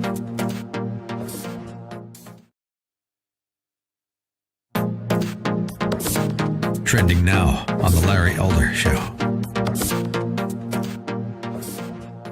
You agree with this? I believe that it stems from the history of this country. It stems from slavery, when whites were absolutely in charge, and they absolutely controlled the lives of people and their families. Can I just stop right here for a second? She's talking about why it is that the police feel that they have this kind of authority and they can brutalize black people. Why doesn't she spend a little bit of time talking about what the welfare state has done to the family, since she's so concerned about what slavery did to the family? Even during slavery, a kid was more likely to be raised under a roof with his biological mother and biological father than today. But for some reason, Maxine Waters wants to talk about what slavery did to the family, but she doesn't want to talk about what the welfare state has done to the family. I digress. I mean, they've always been in charge, and I think that this... They have always been in charge. Should I mention Barack Obama being president 8 years? Can't do that.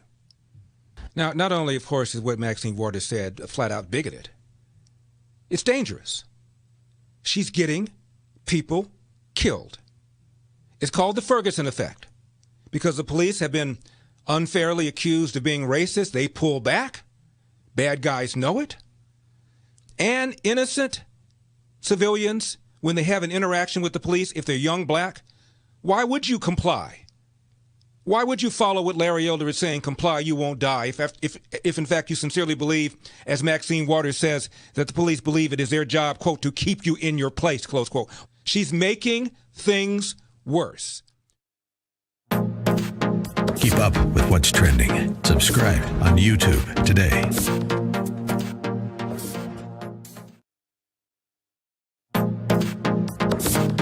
Trending now on American.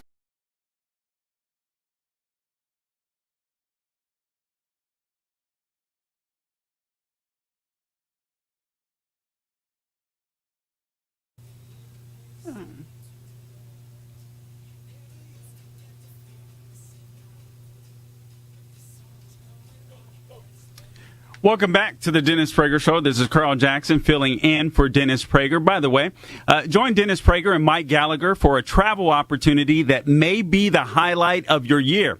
That's right. They're going back to Israel in October 2021 for a 10-day Stand with Israel tour of the best places in Israel, meant to give you an unprecedented view of a truly inspiring region. If you've ever dreamed of seeing Israel, this is your opportunity. Book now, worry-free. Your registration is refundable until May 8th if you need to cancel for any reason. Call 855-565-5519 for details and bookings, or go to standwithisraeltour.com. Again, that number, 855-565-5519 for details, or go to standwithisraeltour.com. Okay, so let's get back to this Georgia election stuff. So you're telling me, is this racist? The new law requires that you request your absentee ballot no later than 11 days before Election Day. So the deadline is still before Election Day, but the new law allows voters to return applications for absentee ballots online as well through the Secretary of State's office. So, and also, instead of having 6 months to apply for the absentee ballot, you now have 2.5 months. What's racist about that? What's racist about that? That's Jim Crow? You get 2.5 months to request an absentee ballot instead of 6 months? That's Jim Crow? What do you have to go find a building and drink at a water fountain somewhere in the back of the... I don't get this. This is so stupid. This is how stupid. This is what the Democrat Party thinks of you. Man, I don't understand why more black people don't wake up. I don't understand why white liberals think they're compassionate by calling black people stupid. Because that's what you're doing. Well, black people, they can't get on the internet. They can't rise to the occasion. They're not as bright as us. You know how racist that is? White Democrat liberals that think you're compassionate and you feel sorry for me? Give me a break. All right, anyway, let's go back to the lines. We got Matthew on the line. Matthew, you got the mic. Matthew, are you there? Can you hear me? Yes, I can. Go ahead, Matthew. Okay, I wanted to say that the Democratic Party wants to rule. They don't want to lead America. They want to dominate America, and I can prove it. I just wrote a book. I've become world famous in the last 2 years. Nobody wants to talk to me, and I don't know why, because I've figured it all out by working really diligently to figure it out. And the thing they do with those Judeo-Christian laws we have of life, liberty, and the pursuit of happiness, they flip that code upside down. And once you put the pursuit of happiness over life, you get all the low lives, all the mistreaters of the public. And they dominate by taking away inalienable rights of any individual that gets in the way of their power. And that Declaration of Independence also matches Darwin's code. And Darwin's code is the same because they want a complete freedom in America. They don't want man to dominate the other man. So the Darwin Code, when you flip that upside down, you get the same pattern. You get the Hitlers, the Stalins, the Pol Pots, the mass murderers. The only good ones on that side are the daredevils. And they break both codes to dominate their own species to gather power. They're control freaks. They're all about power. They mislead the naive to gather power, and they become the evil that they claim they are trying to stop. That was a good call. Good call, Matthew. I appreciate the call. Thank you for calling in. I really do. That was some good stuff. Let's go to Anthony real quick. Anthony, you got the mic. Oh, yes. Great to join you, Carl. Just to continue this issue of racism, Carl, I've really experienced a lot of this issue dealing with our U.S.-Israel relations, and I'm concerned about anti-Semitism, a form of racism that the Democrat Party is exhibiting. Yeah, I mean, honestly, you should be. I don't, this is sad. This is identity politics. Obviously, there has been a rise in anti-Semitism even within the United States of America. It exists. The Democrat Party wants to continue to divide us. The Democrat Party, not obviously the left wing of the Democrat Party. Look at the Ilhan Omars. Look at the Rashida Tlaibs. These are people. This is real. Anti-Semitism is real, and it's growing. And sadly, the Democrat Party doesn't want to do anything about it. Okay, I mentioned earlier that 96% of people in Georgia have voter IDs, and the other 4% can get IDs for free. Another thing to know is that if they don't have that, guess what Georgia offers for people with absentee ballots? You can use the last 4 digits of your Social Security number. You call that racist? Really?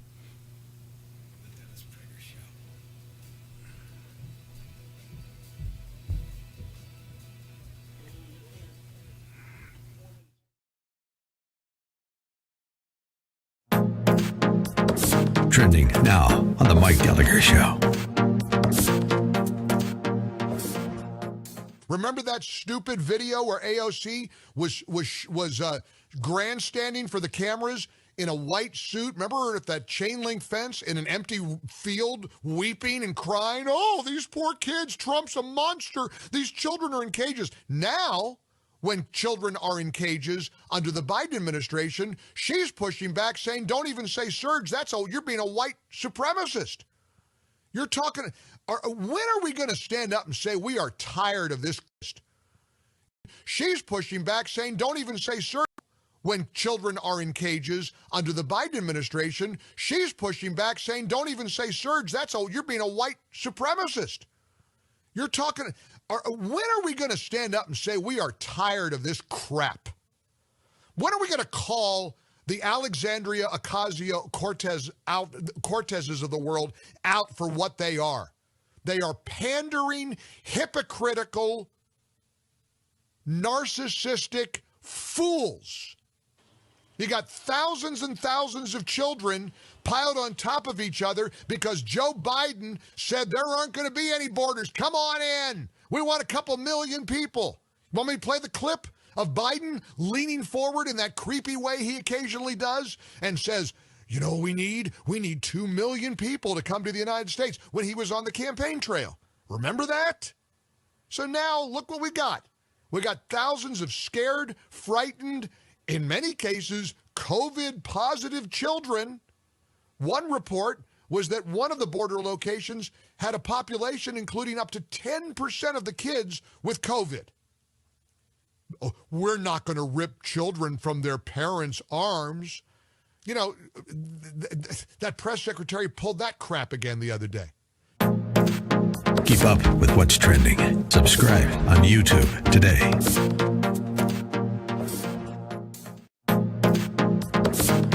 Trending now on America First with Sebastian Gorka. And then the interview, a long interview on Tucker Carlson's show last night.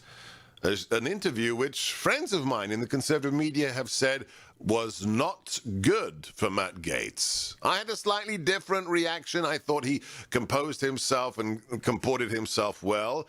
But Tucker Carlson didn't react well to the interview. This is what he had to say after Matt Gaetz left his show. Cut for Tucker Carlson.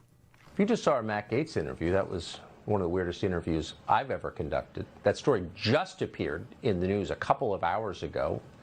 And on the certainty that there's always more than you read in the newspaper, we immediately called Matt Gaetz and asked him to come on and tell us more, which, as you saw, he did. I don't think that clarified much, but it certainly showed this is a deeply interesting story, and we'll be following it. Don't quite understand it, but we'll bring you more when we find out. Well, it did clarify where Matt Gaetz stands. He says he denies it. He denies all of it.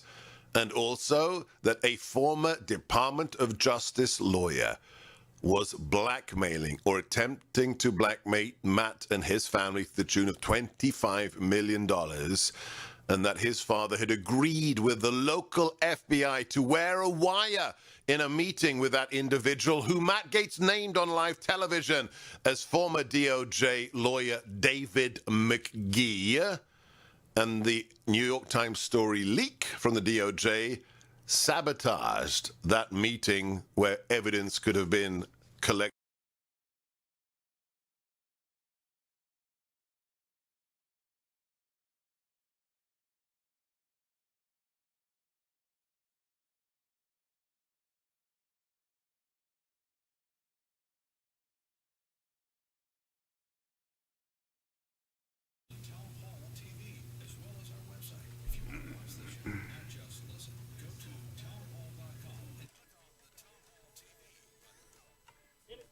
Welcome back to the Dennis Prager Show. I am Carl Jackson, sitting in for Dennis Prager. I host a show right here locally in Orlando, Florida. I appreciate all of you tuning in.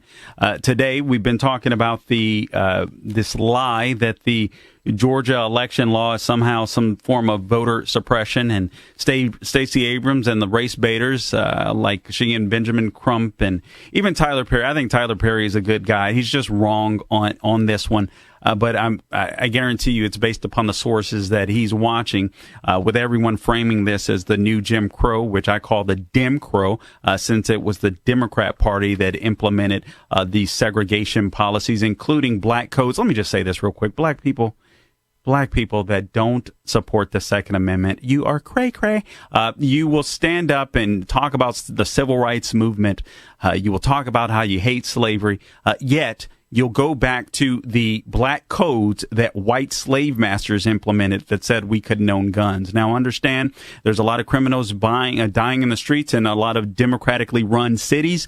But how do you fix that? You put guns in the hand of good people, and guess what? People have to second think whether or not they should shoot somebody because they're afraid to get shot themselves. It actually works. I moved from California to Florida. Very big difference. And then also, let me just share this. There's some secretly recorded video reportedly showing the illegal migrant children that are being held under a bridge at a makeshift border and customs border and patrol facility. So this was exposed by Project Veritas. James O'Keefe, who does some great work. Make sure you donate to him as well. But it's pretty amazing how all of a sudden the media doesn't believe that there are kids in cages anymore. And AOC is talking about a surge. The word surge talks about a military insurgency, and that's now somehow some form of white supremacy. You see how stupid they think we are? Everything goes back to white supremacy. Everything goes back to white supremacy. You get people that buy into this critical race theory. Listen, there's only one person that can judge your heart, and that person is Jesus Christ. That's it. They have no moral authority to judge your heart. No moral authority. If we're going to be ruled by the rule of man rather than the rule of law, who's to say a person like Charles Manson? Who's to say like one of these shooters are, who's to say that their intentions aren't pure if we're going to be ruled by man? No, we live and we live under a God, and we should subject ourselves to his moral authority, not to some moral authority as some professor at a college university that's making a buttload of money by dividing people, just making up stuff. It's absolutely amazing. I can't believe, Dennis Prager wrote about how basically he couldn't believe how so many Americans could be brainwashed, but we are. So many Americans are brainwashed. I want to get back to this Georgia election law, and I want to speak on this false narrative that there's a rise in anti-Asian sentiment. What there is a rise in coverage, but I'll speak on news coverage of that, and that again is because the media is trying to create this constant narrative. Republicans are racist, white supremacists, so on, et cetera. Keep you mad so you vote Democrat, so they can keep you weak while they gain more power. That's the game. That's the game. Don't get emotional about it. That's just the truth. Let's go back to the lines real quick. Let's go to John.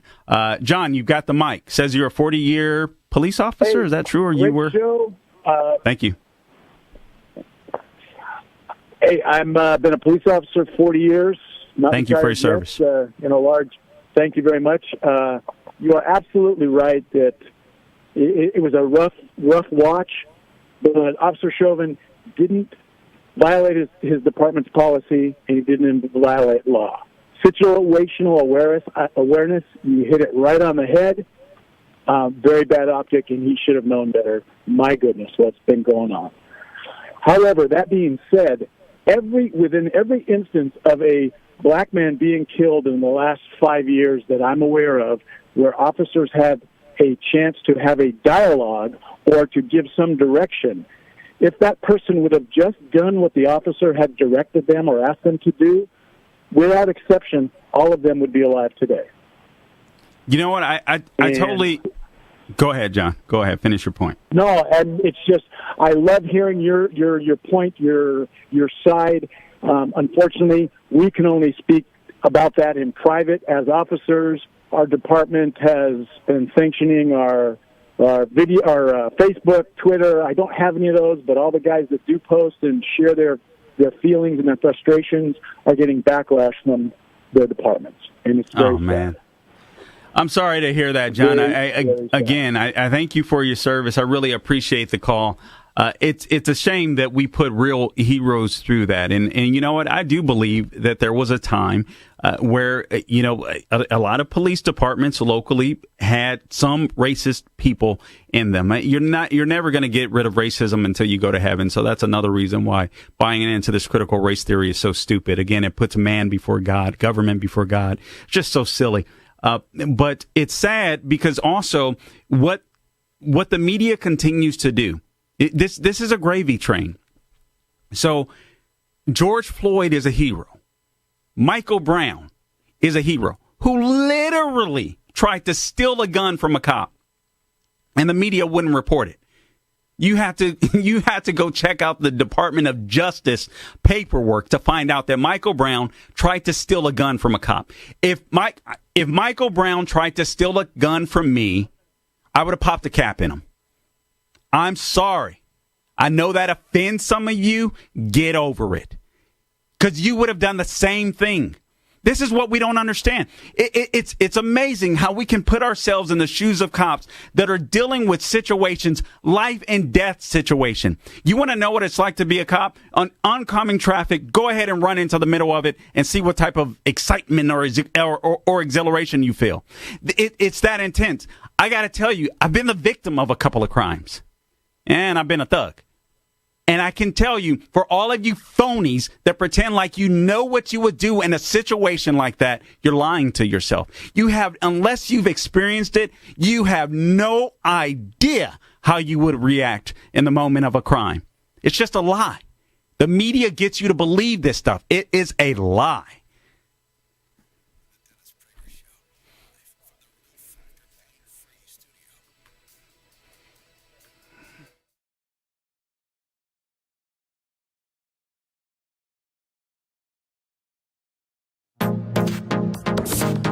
Trending now on America First with Sebastian Gorka.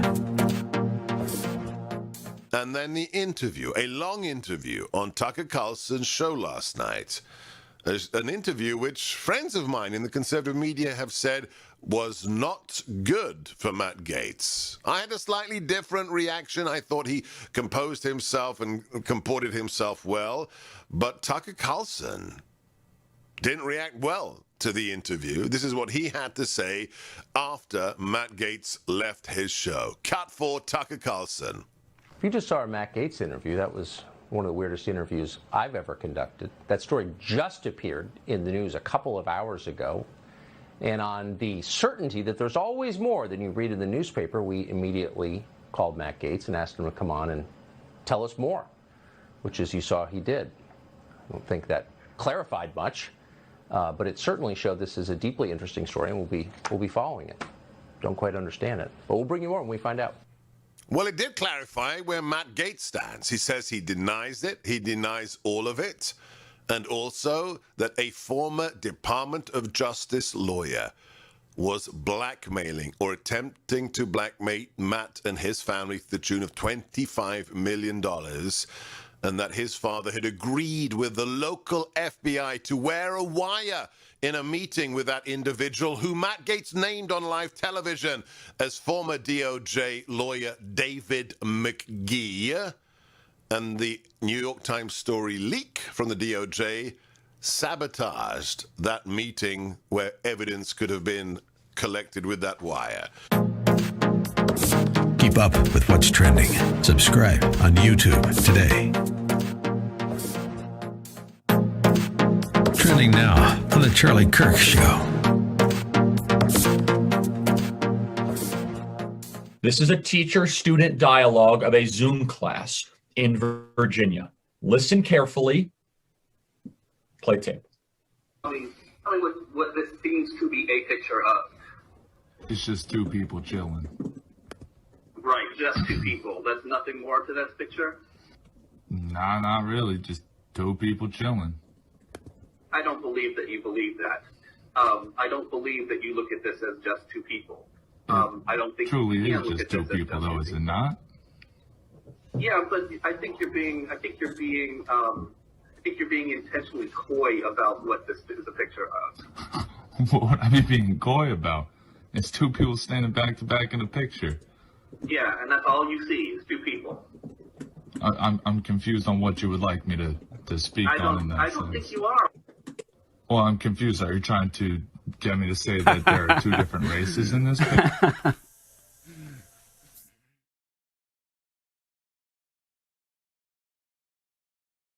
To the Dennis Prager Show. My name is Carl Jackson, your favorite Christian conservative American that happens to be black. Okay, maybe second after Candace Owens. That's okay. I'll go ahead and accept that. By the way, wouldn't it be nice if Candace Owens was or did become the first black president of the United States? Little dig on Democrats. So far, we've had two biracial people that are afraid to say, in Kamala Harris's case, that she's half Indian. In Barack Obama's case, that he's half white. Wouldn't it have been amazing if they would have embraced that and accepted that And could you imagine how much further we would be along in race relations if they did? Just something to think about. I want to wrap this up real quick because I want to get back to, I'm going to call it the Biden-Harris slave trade in the next hour. And you guys may not know this, but Kamala Harris comes from she's a descendant of slave owners, as is Barack Obama. So we'll talk about the new slave trade that's occurring on the border. All of you people that are talking about it's compassionate to let people come in when we ignore what's happening on the other side. And what the Democrat Party is trying to do by giving corporatists cheap labor and prostituting young women. It's absolutely sick. You call that compassion. That isn't compassion. That's just sick. That's you being uninformed, being duped by the Democrat Party. What's happening is nothing less than a slave trade on our border. And Biden and Kamala Harris are a disgrace. They are silent on the issue. What a disgrace. What a disgrace. Anyone that voted for him, you should be ashamed of yourself. All right. Now, the Georgia elections, it's a crime to provide water, Stacey Abrams and the race baiters say. So Georgia's law prohibits campaign workers from distributing food or drink or anything else of value to waiting voters, and from setting up a table within 150 feet of the building or 25 feet from a voter. So this is the biggest talking point that the left seems to be using. Oh, my God, you can't even give people water. As if people can't bring their own water. You see how dumb they think you are? Yeah, I mean, seriously, whenever you... another thing, when you think about liberty and tyranny, when you listen to the left, I want you to listen to the clues that where they're basically exposing how dumb they think you are. So you can't, apparently, we're too dumb to bring our own water bottles. But this is absolutely false. So here's what Biden's handlers told him to say. He said, it makes it a crime to provide water to voters while they wait in line. Lines Republican officials themselves have created by reducing the number of polling sites across the state disproportionately in black neighborhoods. This is absolutely false because the law specifically allows official poll workers, not campaign workers, to provide water to voters. So they just lie to you, and they think that you're so dumb that you'll get hot and emotional and buy into it. And guess what? Give them more power. That's who the Democrat Party is. We'll be back in a few. This is Carl Jackson in for Dennis Prager.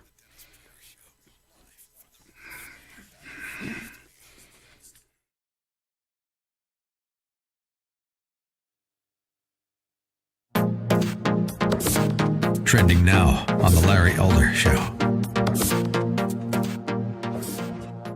You agree with this? I believe that it stems from the history of this country. It stems from slavery, when whites were absolutely in charge, and they absolutely controlled the lives of people and their families. Can I just stop right here for a second? She's talking about why it is that the police feel that they have this kind of authority and they can brutalize black people. Why doesn't she spend a little bit of time talking about what the welfare state has done to the family, since she's so concerned about what slavery did to the family? Even during slavery, a kid was more likely to be raised under a roof with his biological mother and biological father than today. But for some reason, Maxine Waters wants to talk about what slavery did to the family, but she doesn't want to talk about what the welfare state has done to the family. I digress. I mean, they've always been in charge, and I think that They have always been in charge. Should I mention Barack Obama being president 8 years? Can't do that. Now, not only, of course, is what Maxine Waters said flat out bigoted, it's dangerous. She's getting people killed. It's called the Ferguson effect. Because the police have been unfairly accused of being racist, they pull back. Bad guys know it. And innocent civilians, when they have an interaction with the police, if they're young black, why would you comply? Why would you follow what Larry Elder is saying, comply, you won't die, if in fact you sincerely believe, as Maxine Waters says, that the police believe it is their job, quote, to keep you in your place, close quote. She's making things worse. Keep up with what's trending. Subscribe on YouTube today.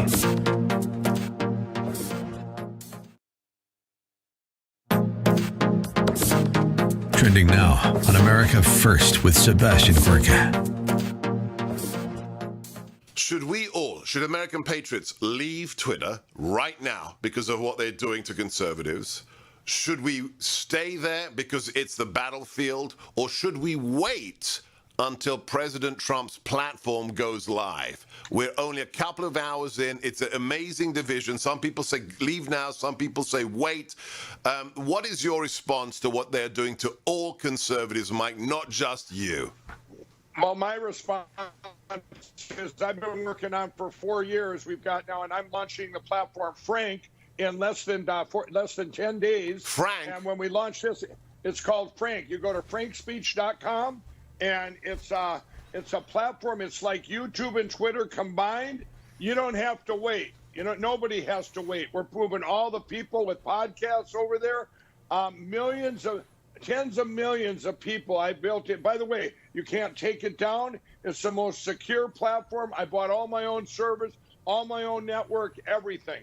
So this was a surprise. I'm announcing it right here on your show. Wow. And you can, I'm going to have people that are on my platform will be able to, if you get kicked off of YouTube, that means you're at least telling free speech. Because that's what I got sick of, Twitter and YouTube, those two especially. I mean, of course, Facebook, when I launch anything, they put over the top of it, contains nudity or porn. I mean, all this censorship is just crazy. But there's the answer. You go to Frank, if you go to Frank in a couple weeks, and everybody's gonna be there, and it will get the word out together. Keep up with what's trending. Subscribe on YouTube today.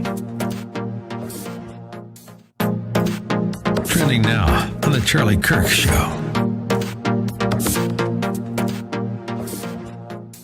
And they are not insurgents, and we are not being invaded, which, by the way, is a white supremacist idea, philosophy. She doesn't know what philosophy means, and that's okay. She's not very bright. She has a very substantial following, I should say. Alexandria Ocasio-Cortez is articulating why she's angry at the people that are angry, that the left seems completely uninterested in complaining that the Biden administration is actually doing everything on the border worse than the Trump administration. But why is it that it feels as if we are slow to move against Joe Biden? I remember against Barack Obama. It was organic. It was real. There was a response that was unscripted. Patriots across the country rose up and started Tea Party groups. Candidates ran for office. Rick Santelli's famous rant in 2009 or 2010. And I'm reminded by a phrase that substance does not matter as much as style in the eyes of most voters. You see, what we make fun of Joe Biden for is actually a winning quality to most voters. The fact that Joe Biden is kind of sleepy and slow, the fact that Joe Biden falls upstairs, which is a rather remarkable thing. It's exactly what the ruling class wants. You see, Joe Biden is like the grandparent that kind of falls asleep in front of the television at 7 o'clock. Keep up with what's trending. Subscribe on YouTube today.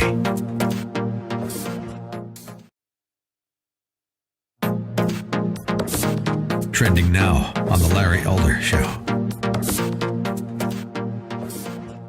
But as it relates to our kids are unfortunately being harmed as a result of some of these policies. We've never asked the question, what is the result of the policy of keeping kids out of school? What harm could possibly come to kids? Well, we're seeing the highest teen suicide rate that we've ever seen in our country's history. We're seeing lost years of education. We're seeing spousal abuse and domestic abuse and child abuse and substance abuse. So we are harming our children almost beyond recognition. definition. And now as we open up schools, we're putting in place rules that make no sense at all. Masking a child is a form of child abuse. Kids are not at risk of COVID-19. There's little evidence that they spread the disease to at-risk teachers. And this social distancing among kids is not necessary. And for God's sakes, why are we making kids wear masks while they're participating in athletics? That makes no sense at all. My guest is Dr. Jeffrey Barkey. He's a board-certified primary care physician. His website is personalcarephysicians.com. Dr. Barkey, suppose Donald Trump early on had gotten concerned about the coronavirus.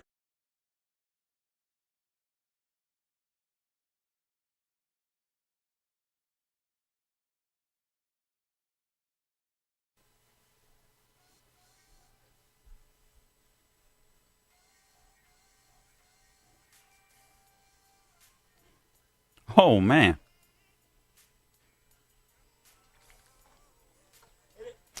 Welcome back to the Dennis Prager Show. My name is Carl Jackson, sitting in for Dennis Prager. Again, I just want to take the time to thank Mr. Prager, Mrs. Prager, as well as Alan Estrin and Sean that's in my ear. I just appreciate the opportunity that they gave me. Go figure. Go figure. White people giving me an opportunity for a national radio show.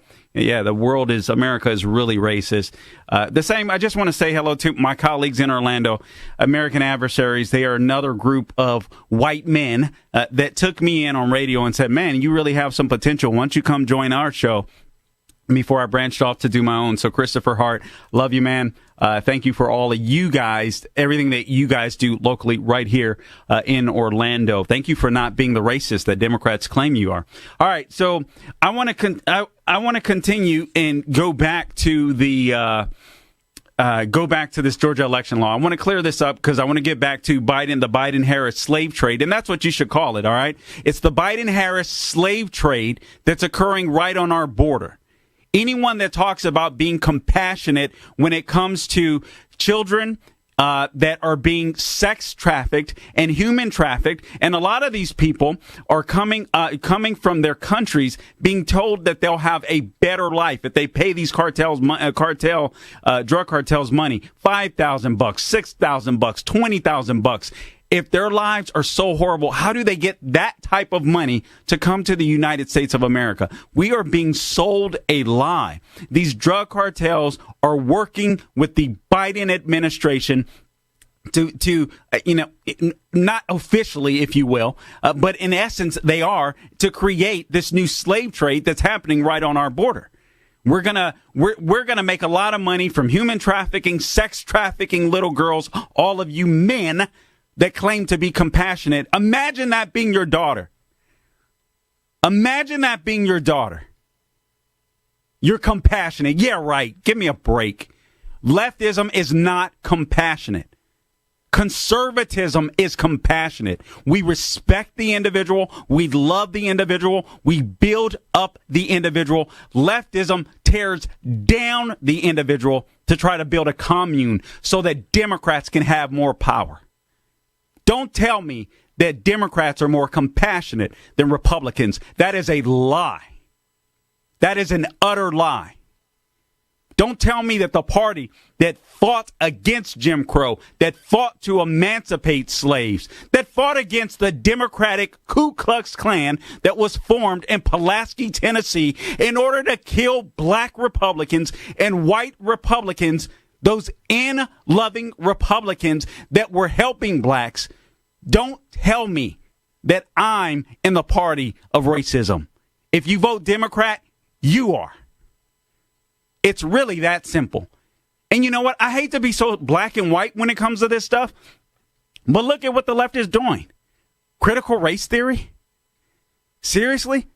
To keep us divided based upon skin color?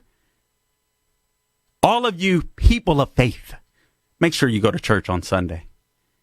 You should be ashamed of yourself if you're a quote-unquote religious person and you bought into this crap. You should be ashamed of yourself. Make sure you go to church and repent. The only person that you should be concerned about is Jesus. I'm a Christian, so I'll say that. Dennis may disagree with me on that. I'm a Christian, so I'll say that. That's who I'm concerned about pleasing. That's it. That's it. And I'm not perfect, far from it. But don't tell me that you're compassionate by telling black people that they're dumb and telling people coming across the southern border that they should be sex trafficked in order to make it to America. No, you're part of the slave trade, just as the Democrat Party has been for a couple of 100 years. Nothing more than that. Slave traders, the Democrats are. Let's finish this lie up about the Georgia election. So Biden... And I should say Biden's handlers, because if you're an honest person, you will admit that he's not there. So Biden's handlers are saying that the lines will be longer as a result of the new Georgia election law, when that's absolutely not the case. He says that Republicans are creating these long lines to vote. When the truth of the matter is the new law provides additional voting equipment or poll workers to precincts containing more than 2,000 electors. So what does that mean? There's actually going to be shorter lines. He talks about, the left talks about, the Democratic left, okay, so this is Jim Crow because voting is going to end early. Here's what Biden's handlers told him to say. Among the outrageous parts of this new state law, it ends voting hours early so working people can't cast their vote after their shift is over. So here's the truth. The new Georgia law does nothing to change Election Day voting hours.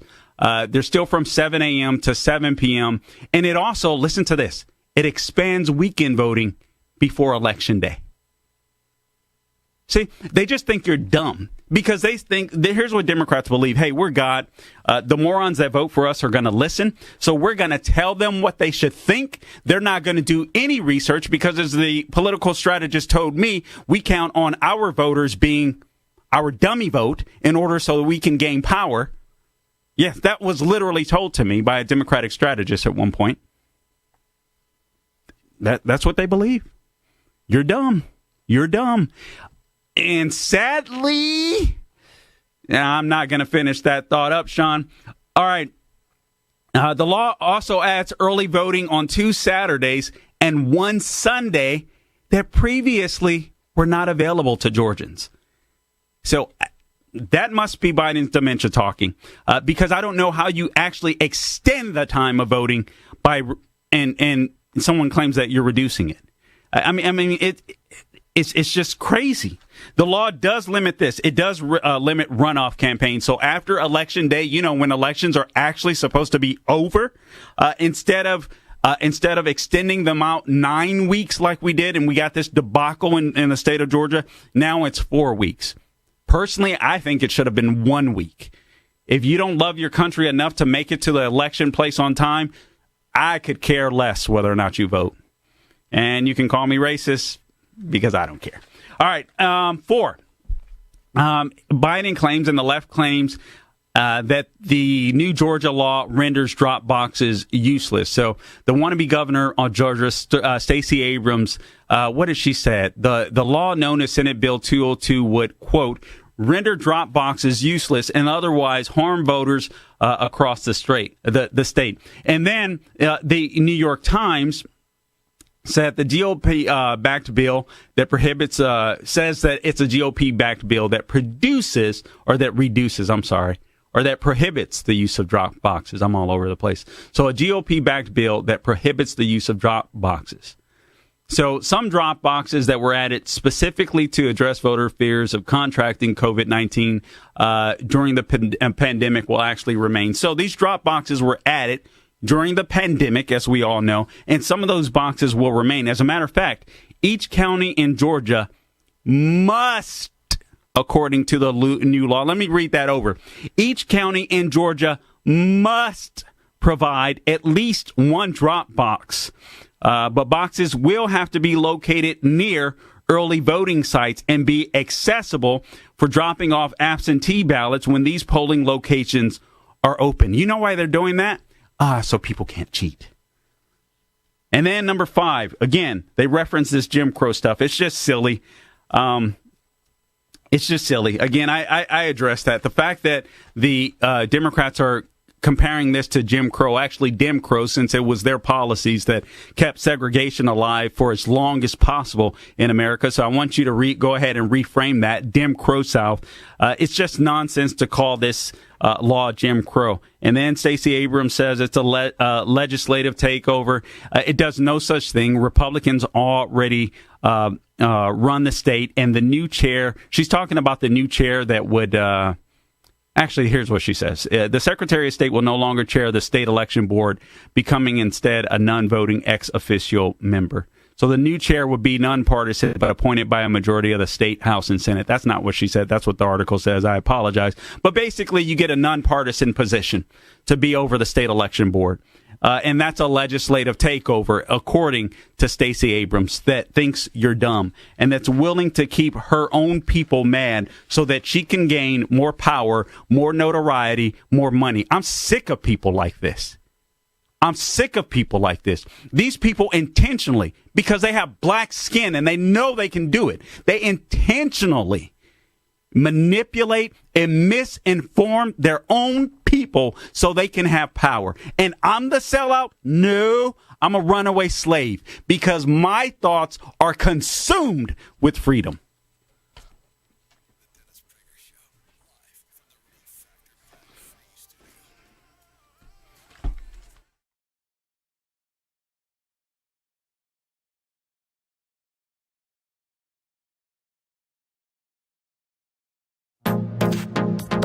Trending now on the Mike Gallagher Show. Remember that stupid video where AOC was grandstanding for the cameras in a white suit? Remember her at that chain link fence in an empty field, weeping and crying? Oh, these poor kids, Trump's a monster. These children are in cages. Now, when children are in cages under the Biden administration, she's pushing back, saying, don't even say surge. You're being a white supremacist. You're talking... When are we going to stand up and say we are tired of this crap? When are we going to call the Alexandria Ocasio-Cortezes of the world out for what they are? They are pandering, hypocritical, narcissistic fools. You got thousands and thousands of children piled on top of each other because Joe Biden said there aren't going to be any borders. Come on in. We want a couple million people. Want me to play the clip of Biden leaning forward in that creepy way he occasionally does and says, you know what we need? We need 2 million people to come to the United States when he was on the campaign trail. Remember that? So now look what we got. We got thousands of scared, frightened, in many cases, COVID-positive children. One report was that one of the border locations had a population including up to 10% of the kids with COVID. Oh, we're not going to rip children from their parents' arms. You know, that press secretary pulled that crap again the other day. Keep up with what's trending. Subscribe on YouTube today.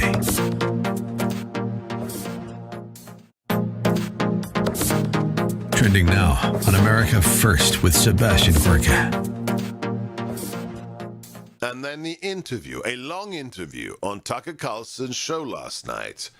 An interview which friends of mine in the conservative media have said was not good for Matt Gaetz. I had a slightly different reaction. I thought he composed himself and comported himself well. But Tucker Carlson didn't react well to the interview. This is what he had to say after Matt Gaetz left his show. Cut for Tucker Carlson. If you just saw our Matt Gaetz interview, that was one of the weirdest interviews I've ever conducted. That story just appeared in the news a couple of hours ago. And on the certainty that there's always more than you read in the newspaper, we immediately called Matt Gaetz and asked him to come on and tell us more, which, as you saw, he did. I don't think that clarified much. But it certainly showed this is a deeply interesting story, and we'll be following it. Don't quite understand it, but we'll bring you more when we find out. Well, it did clarify where Matt Gaetz stands. He says he denies it. He denies all of it. And also that a former Department of Justice lawyer was blackmailing or attempting to blackmail Matt and his family to the tune of $25 million, and that his father had agreed with the local FBI to wear a wire in a meeting with that individual who Matt Gaetz named on live television as former DOJ lawyer David McGee.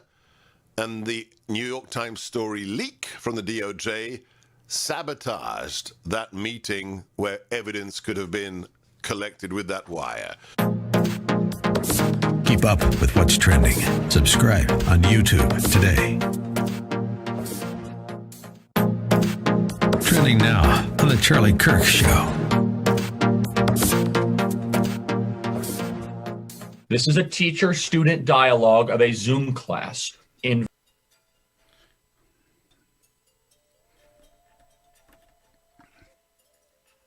Back to the Dennis Prager Show. This is Carl Jackson in for Dennis Prager. Listen, from executive producer and My Pillow founder Mike Lindell comes the hilarious new faith-based comedy Church People, starring Thor Ramsey, Stephen Baldwin, Donald Faison, and Joey Fatone, with a special guest appearance from Mike himself. Church People is a hilarious and heartwarming reminder that the gospel is enough. It all starts when America's youth pastor, Guy Sides, realizes he's stuck in the megachurch marketing machine and wants to find his passion again.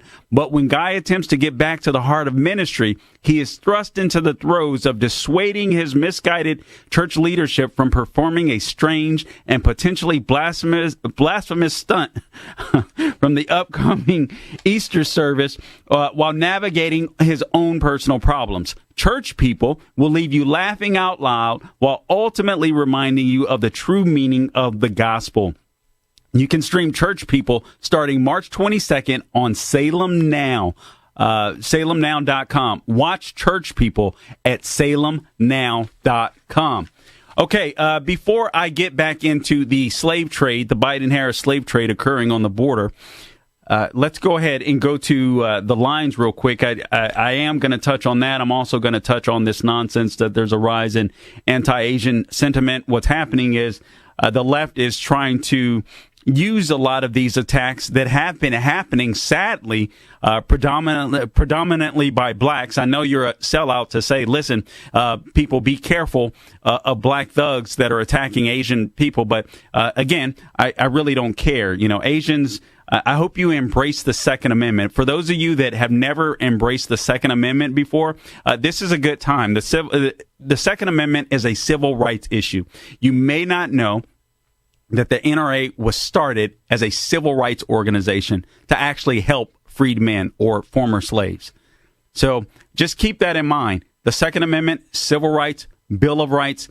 If you are a Democrat listening to this show, get familiar with the Bill of Rights. And I mean, just bathe yourself in those things. And always remember the words liberty or tyranny. When politicians have more power, we're in a tyrannical state. When you have more power, you have liberty. Just keep it simple. Let's go to the lines real quick. We've got Stephen on the line. Stephen, you've got the mic. Go ahead, Stephen. How you doing? Hi, Carl. How you doing? I'm doing good. Go ahead, Stephen. Uh-oh. Stephen, are you there? Yeah, I'm here. Can you hear me? Yeah. Go ahead. You got blacks who claim victimhood. I don't think that's necessarily true. I think that a lot of times what they're actually claiming is they've got a weapon, and they use that racism as a weapon against you. Because if you're a police officer, and right away they start in on you and go, "You're a racist. You're a racist. You're a racist." It automatically puts you on the defensive. Worse than that, it gets your mind going on how am I going to get out of this situation. So if it puts them on an uneven playing field where they're way on top of the hill and you're at the bottom of the hill and you're just trying to not take chinks in the armor kind of thing. Are you a cop, Stephen? Are you a police officer? I'm retired. Okay. All right. Well, I appreciate your service. Let me ask you this question real quickly here. Would you say that does more harm to the black community because police officers are less likely to patrol black communities as diligently, perhaps, as they should? I don't know that they're less likely to patrol the areas as much as they're less likely to take action against them. I mean, because that's basically the same difference. And you keep criminals on the street, basically, because you're scared of being called a racist. Well, I could give you an example. It's a little bit of a long story, but it's not that long. Is I pulled over. You can make it 30. Make it 30. You can make it 30 seconds, Stephen. Yeah, I pulled over a guy one time, and he went off, and he says, "You're a racist. You're a racist. You're a racist." Before I even got to him, and then another cop pulled up behind me, and he goes, "What's going on?" I told him. He says, "Let me try and talk to him." And he gets up there, and he comes back, and he says, "Good luck, dude. I can't do anything either." And I pulled over another guy one time, and he says, "The only reason you pulled me over is because I got a Russian accent." And then he filed a complaint on me, and it's like, how am I supposed to know you had a Russian accent? So I actually pulled him over. You can't win. Same thing, though. I appreciate the call, Stephen. I really do. I want to get to some more calls here. I appreciate it. Lisa, you got the mic. Thank you. Can you hear me, Carl? Yes, go right ahead, please. Okay. Republicans should be yelling and screaming and calling the Democrats racist, bigots, anti-Semites. Why do Republicans run and hide? They're the racists. Call them the name. Name-calling works. Look what they did to Trump for 4 years. Call the Democrat Party. Shame them. They're the racists. Joe Biden's on tape, 2 tapes that said African-American people they don't know how to use the Internet. That's racist. There's never a Republican out there with a press conference calling Joe Biden a racist, and I want to hear that. He's a racist dictator, bigot.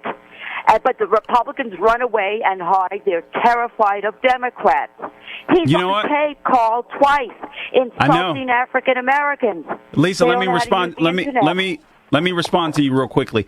There are outlets online. I think justthenews.com did it, Breitbart.com did just some bullet points of some of the racist points that Joe Biden has made over the years. I would encourage you to print those out and just have them ready. Let's not necessarily rely on the Republican Party. It's going to take we the people in order to change the Republican Party to make them stronger. We have to keep the heat on. But call your local congressman, your national Congress, your national congressman or what have you, and just put the heat on. But keep this stuff printed for yourself. What you have to be ready to do is to be able to do to combat Democrats, and I don't mean necessarily in a combative way. Just have the information.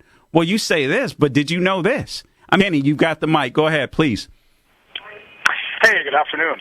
Hey, what's happening down at the border? We have to be aware of sex trade in the U.S. right in our own backyard as camouflage for 20 years. Danielle Sittel, Sittel on Google, and her WordPress says, pay attention to every word and blur the other lines. I'm going to force marriage with my captors in a trafficking ring. Get the message somehow since secondary school correlation. And the responses is the candy eating will be toxic. Children should not be singing about these things. High school goals are target for marketing needs to beeline it out of town. The producer traffickers kept this in mind. They give you your college diploma and they say, no, you're not leaving. They take you to an island and tell you to smile for the pictures, and they have a guy that answers the door that appears to be a husband. And Saving the Sound of Music says they can make a killing off of a hit on being isolated from my neighbors and friends. Is that okay? Or the air I breathe will be toxic and the water I drink. Children will be affected through messages sent. Hey, all right, Kenny, I appreciate the call. I got to let you go. What is happening on the border is a slave trade. It is a travesty. It is basically, it's an agreement between the Biden administration and the cartels to produce slavery in America. We shouldn't stand for it.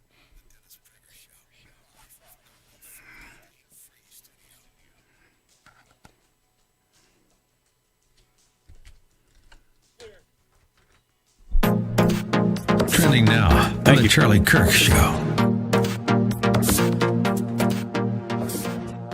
This is a teacher-student dialogue of a Zoom class in Virginia. Listen carefully. Play tape. Tell me what this seems to be a picture of. It's just two people chilling. Right, just two people. There's nothing more to this picture? Nah, not really. Just two people chilling. I don't believe that you believe that. I don't believe that you look at this as just two people. I don't think truly you is just two people, though, is it not? Yeah, but I think you're being intentionally coy about what this is a picture of. What are you being coy about? It's two people standing back to back in a picture. Yeah, and that's all you see is two people. I'm confused on what you would like me to speak on in that sense. I don't think you are. Well, I'm confused. Are you trying to get me to say that there are two different races in this picture? Yes, is that what you want me to say? Well, at the end of the day, wouldn't that just be feeding into the problem of looking at race instead of just acknowledging them as two normal people? No, it's not, because you can't look at people and not acknowledge that there are racial differences, right? But if we're going for, let's say if we're looking for equality within all this, then why would we need to point out things such as that? Because those differences are real things. Those differences are real things, says the eugenicist teaching your children. Margaret Sanger trained this public school teacher, this white school teacher, very well. Keep up with what's trending. Subscribe on YouTube today.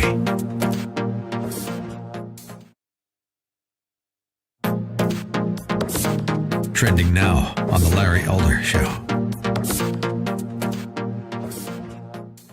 I've also been talking about media manipulation. I mentioned that in 2006 on Halloween night, literally 20 minutes from the headquarters of the Los Angeles Times, the biggest newspaper in the state, 3 white girls are going to one of these haunted house parties on Halloween night.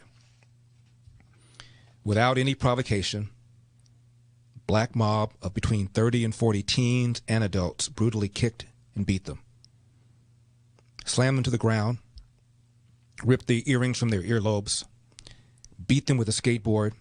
One victim had 12 fractures in her face, required multiple surgeries, damage to her teeth and to her eyesight.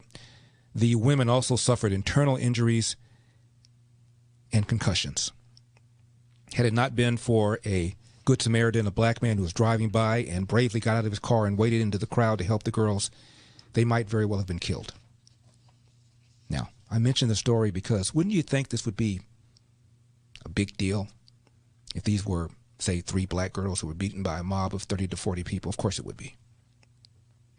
But these were 3 white girls beaten by a mob of 30 to 40 blacks. The LA Times, again, whose headquarters is literally 20 minutes away from this took place, did not write one word. Not one article, not one column, not one paragraph, not one word for a whole week. The Long Beach Press-Telegram, the local newspaper, of course, wrote about it. LA Times didn't write a word. Keep up with what's trending. Subscribe on YouTube today.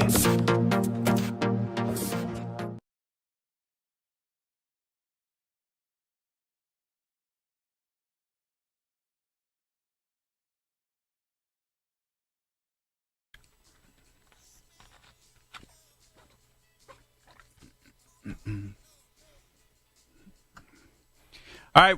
Welcome back to the Dennis Prager Show. This is Carl Jackson sitting in for Dennis Prager. Once again, I'm a local host in the Orlando, Florida market for Salem Radio Network.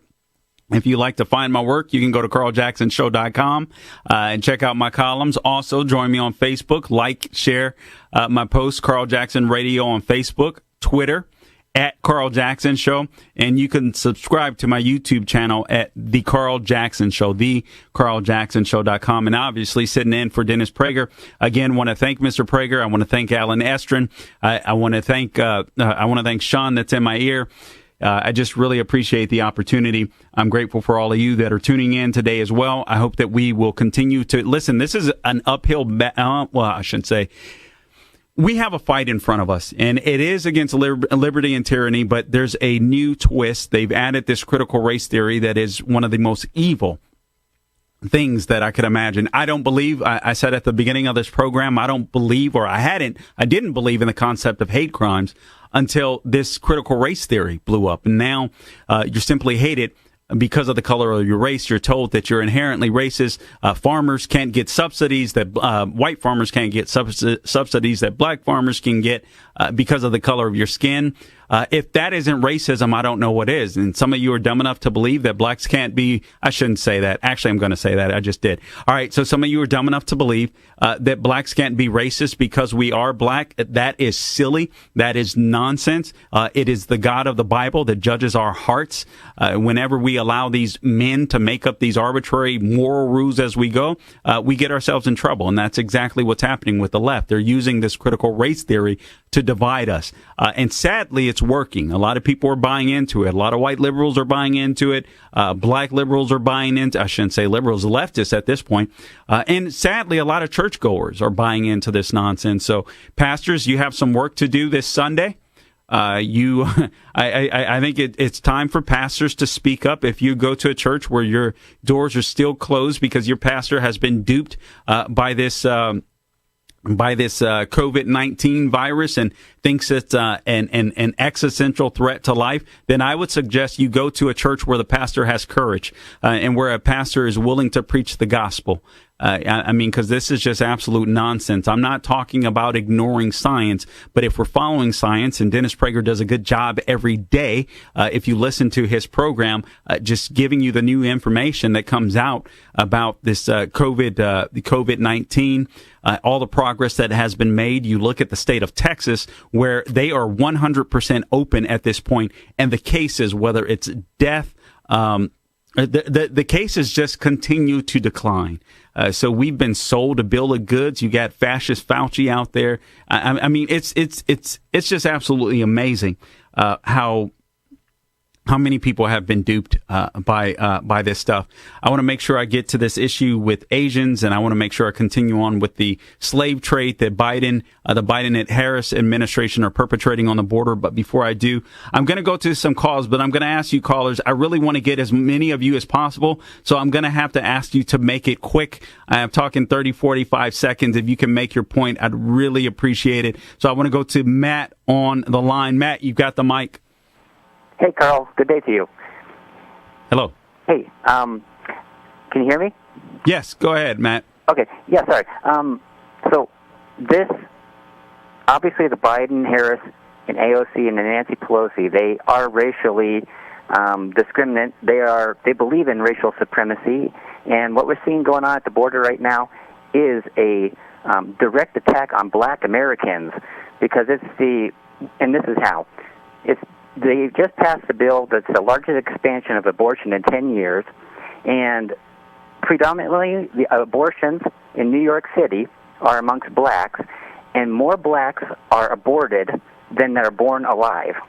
Yep, number one. You're right. So that's genocide going on into blacks here in America. They're bringing and yet they're bringing in Latinos. Bring in those. We'll take in as many Latino children that come over the border. But they're getting black people to take out their own people. It's very disturbing. Matt, go ahead, make your point really quick, please. So, and all that is because of the Universal Declaration of Human Rights. If you read up on the United Nations, the Declaration of Human Rights, in there, everything about equal representation and all this kind of stuff, you give up your national sovereignty. You give up your borders. You give up your all these things. Your right to vote. Anyone can vote in the United States. Anyone can come into the United States.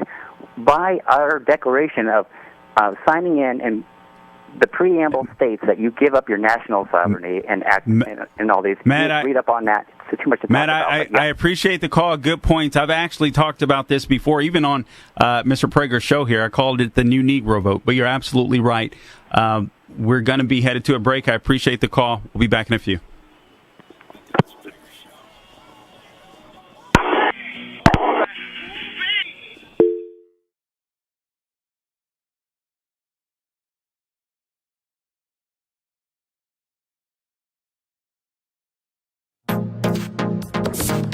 Trending now on America First with Sebastian Gorka. Should American patriots leave Twitter right now because of what they're doing to conservatives? Should we stay there because it's the battlefield? Or should we wait until President Trump's platform goes live. We're only a couple of hours in. It's an amazing division. Some people say leave now. Some people say wait. What is your response to what they're doing to all conservatives, Mike, not just you? Well, my response is I've been working on for 4 years. We've got now, and I'm launching the platform Frank in less than 10 days. Frank. And when we launch this, it's called Frank. You go to frankspeech.com, and it's a platform. It's like YouTube and Twitter combined. You don't have to wait. Nobody has to wait. We're moving all the people with podcasts over there. Tens of millions of people. I built it. By the way, you can't take it down. It's the most secure platform. I bought all my own servers, all my own network, everything. So this was a surprise. I'm announcing it right here on your show. Wow. And you can, I'm going to have people that are on my platform will be able to, if you get kicked off of YouTube, that means you're at least telling free speech. Because that's what I got sick of, Twitter and YouTube, those two especially. I mean, of course, Facebook, when I launch anything, they put over the top of it, contains nudity or porn. I mean, all this censorship is just crazy. But there's the answer. You go to Frank, if you go to Frank in a couple weeks, and everybody's gonna be there, and it will get the word out together. Keep up with what's trending. Subscribe on YouTube today. Trending now on the Charlie Kirk Show. And they are not insurgents, and we are not being invaded, which, by the way, is a white supremacist idea, philosophy. She doesn't know what philosophy means, and that's okay. She's not very bright. She has a very substantial following, I should say. Alexandria Ocasio-Cortez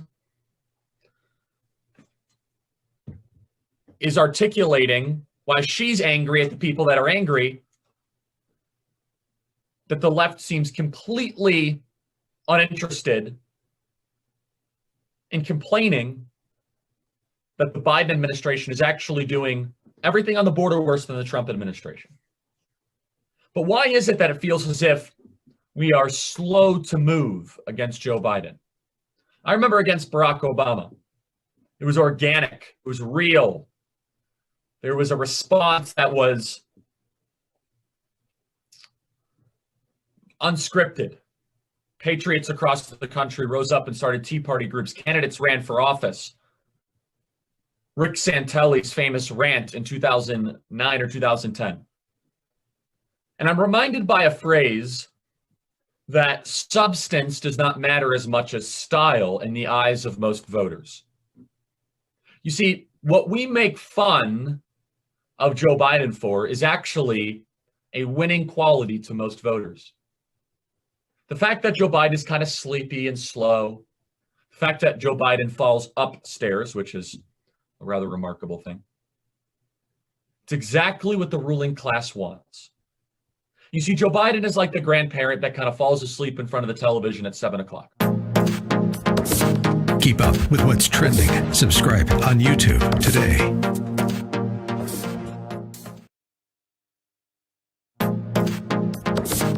Trending now.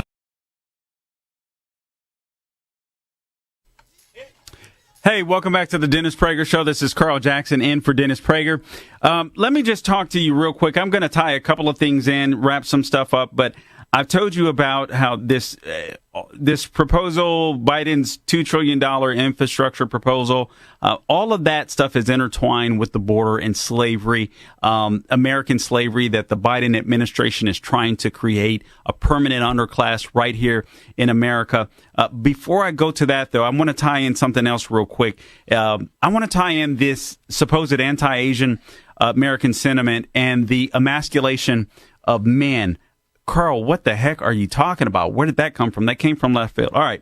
So I want you guys, I'm not sure if you guys have seen this video. I'll put it up on my Facebook page on Carl Jackson Radio, where this black suspect passes in front of this hotel or motel in apartment complex is what it was in Midtown Manhattan.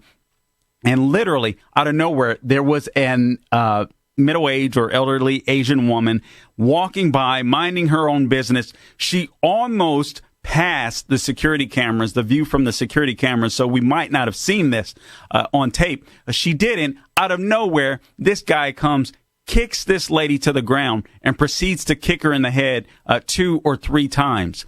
It was a very disturbing video. If this was a black man who had murdered his mom in 2002 and attacked this tiny, petite Asian woman, 65 years of age.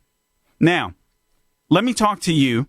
Remember that story. Now, let me talk to you about the emasculation of men that the left continues to do, and including this idea, like CNN says that, what did they say? There's no consensus criteria for assigning sex at birth. That's what CNN, if you're watching CNN, you are losing brain cells. How do you tell if it's a male or female at birth? They either have a penis or a vagina. This is science. You are losing brain cells if you are watching CNN. So let me go ahead and sock you back to this story in New York. So this man kicks this woman to the ground, and I'm talking about, this is a big dude. This is a tiny woman. Dude happens to be black. And then what happens? What's worse, in my opinion, and you don't think it could get any worse, what's worse, in my opinion, is you have 3 standard buyers, or standard buyers, however you say that word. One guy, big as a house as well, that just looks at the situation, looks at the crime occurring, looks at the attack occurring, like he's in disbelief. And then you have 2 security guards that work at this apartment complex that also look and then close the door while this lady is being stomped by this man. Let me tell you something. You know why it's important to build up men and to be able to tell men there are distinctions. Men are supposed to be protectors. Call me a sexist. I don't care. They're supposed to be protectors.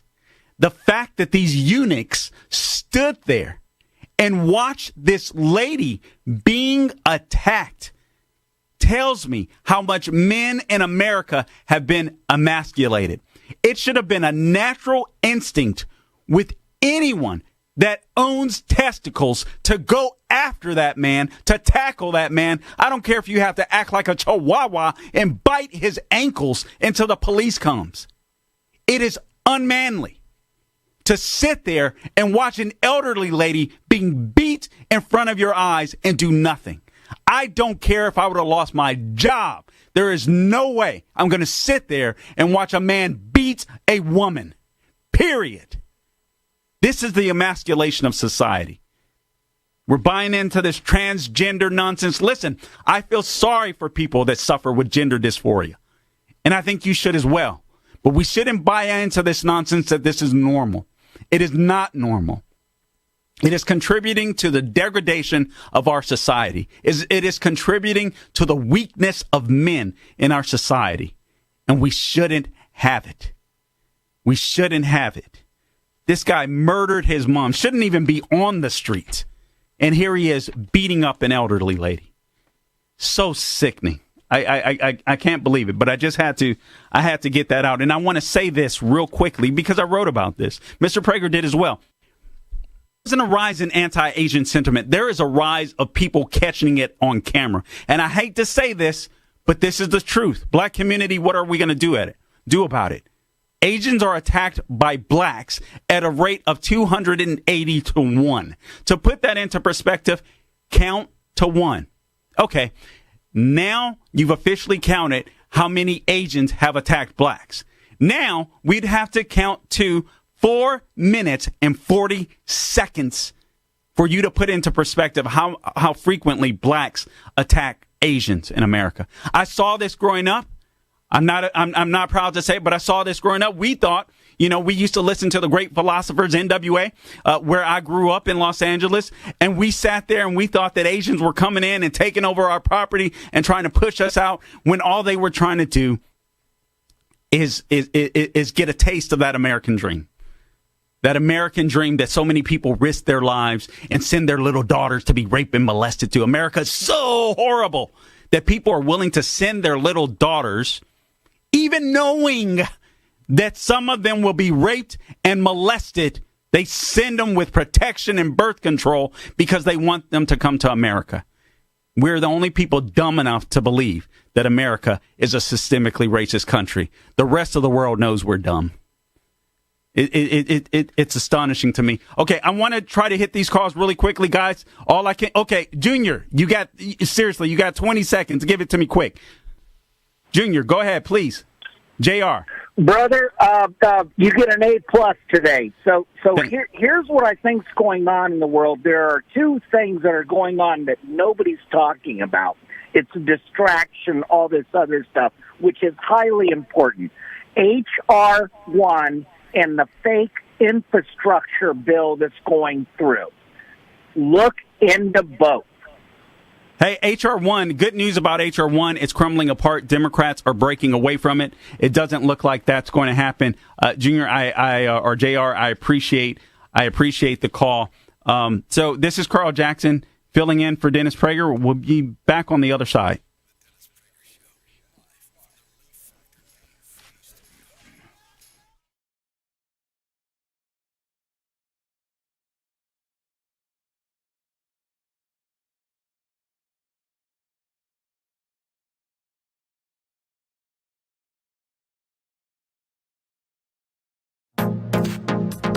Trending now on the Mike Gallagher Show. Remember that stupid video where AOC was grandstanding for the cameras in a white suit? Remember her at that chain link fence in an empty field, weeping and crying? Oh, these poor kids, Trump's a monster. These children are in cages. Now, when children are in cages under the Biden administration, she's pushing back, saying, don't even say surge. You're being a white supremacist. You're talking, when are we going to stand up and say we are tired of this crap? When are we going to call the Alexandria Ocasio-Cortezes of the world out for what they are? They are pandering, hypocritical, narcissistic fools. You got thousands and thousands of children piled on top of each other because Joe Biden said there aren't going to be any borders. Come on in. We want a couple million people. Want me to play the clip of Biden leaning forward in that creepy way he occasionally does and says, you know what we need? We need 2 million people to come to the United States when he was on the campaign trail.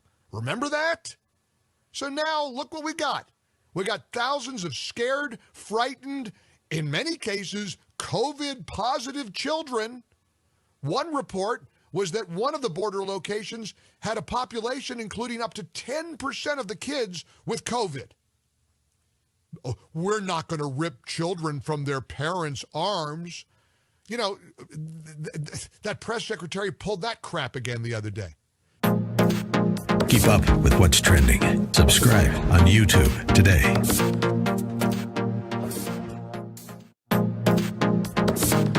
Trending now on America First with Sebastian Gorka. And then the interview, a long interview on Tucker Carlson's show last night. There's an interview which friends of mine in the conservative media have said was not good for Matt Gaetz. I had a slightly different reaction. I thought he composed himself and comported himself well. But Tucker Carlson didn't react well to the interview. This is what he had to say after Matt Gaetz left his show. Cut for Tucker Carlson. If you just saw our Matt Gaetz interview, that was one of the weirdest interviews I've ever conducted. That story just appeared in the news a couple of hours ago. And on the certainty that there's always more than you read in the newspaper, we immediately called Matt Gaetz and asked him to come on and tell us more, which, as you saw, he did. I don't think that clarified much. But it certainly showed this is a deeply interesting story, and we'll be following it. Don't quite understand it, but we'll bring you more when we find out. Well, it did clarify where Matt Gaetz stands. He says he denies it. He denies all of it. And also that a former Department of Justice lawyer was... Hey, let me just go ahead and reiterate some quick points really quick here. I want you to be Ask yourself this question. Are you more fearful of being rejected by God or your peers? Be strong enough to be more fearful of being rejected by God. And then you can dismiss this critical race theory nonsense. Also, I want you to ask yourself this question. Despite the fact, yes, some of our founders were slave holders or owners. The vast majority of them were not. Actually, the vast majority of them were abolitionists. I want you to ask this question. Despite what some of them may have believed, are we better off today? Again, I just want to reiterate, there's no African dream, there's no Nigerian dream, there's no Kenyan dream, there's no Brazilian dream, there's no Mexican, Honduras, Guatemalan dream. There's an American dream for a reason. The rest of the world gets it, and we don't. Let me just tie in this stuff with this Biden proposal, $2 trillion deal. Listen, he wants you to believe that he's gonna tax the rich. This isn't gonna hurt the rich. This type of stuff always hurts the poor. Whether it's through inflation, where your dollar isn't worth as much, they're gonna tax you in excise taxes wherever the poor go. I don't care if it's your grocery store for meat or cigarettes or soda or whatever it may be. The left is always gonna find a way to tax you. Remember, money doesn't come from the government. It comes from us. So whatever they give you, they have to take it from you first.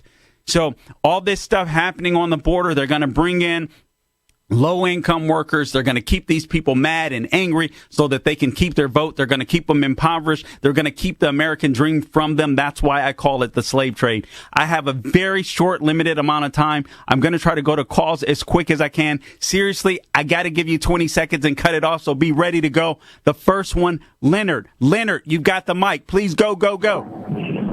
Hello. Hello. How you doing, sir? Go ahead, Leonard, please. 20 seconds. Please go. Yeah, but it's good to hear somebody like you with that blunt and telling the truth and not afraid. And just like yourself, I went underground 4.5 years ago when I left the Democratic plantation. Yes, I did. I Good went for you, Leonard.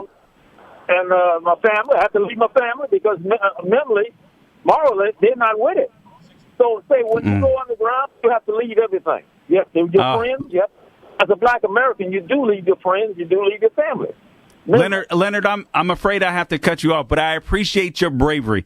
I appreciate you being out there. Please stay strong. Guys, I only have 30 seconds left, so unfortunately I can't take any more calls.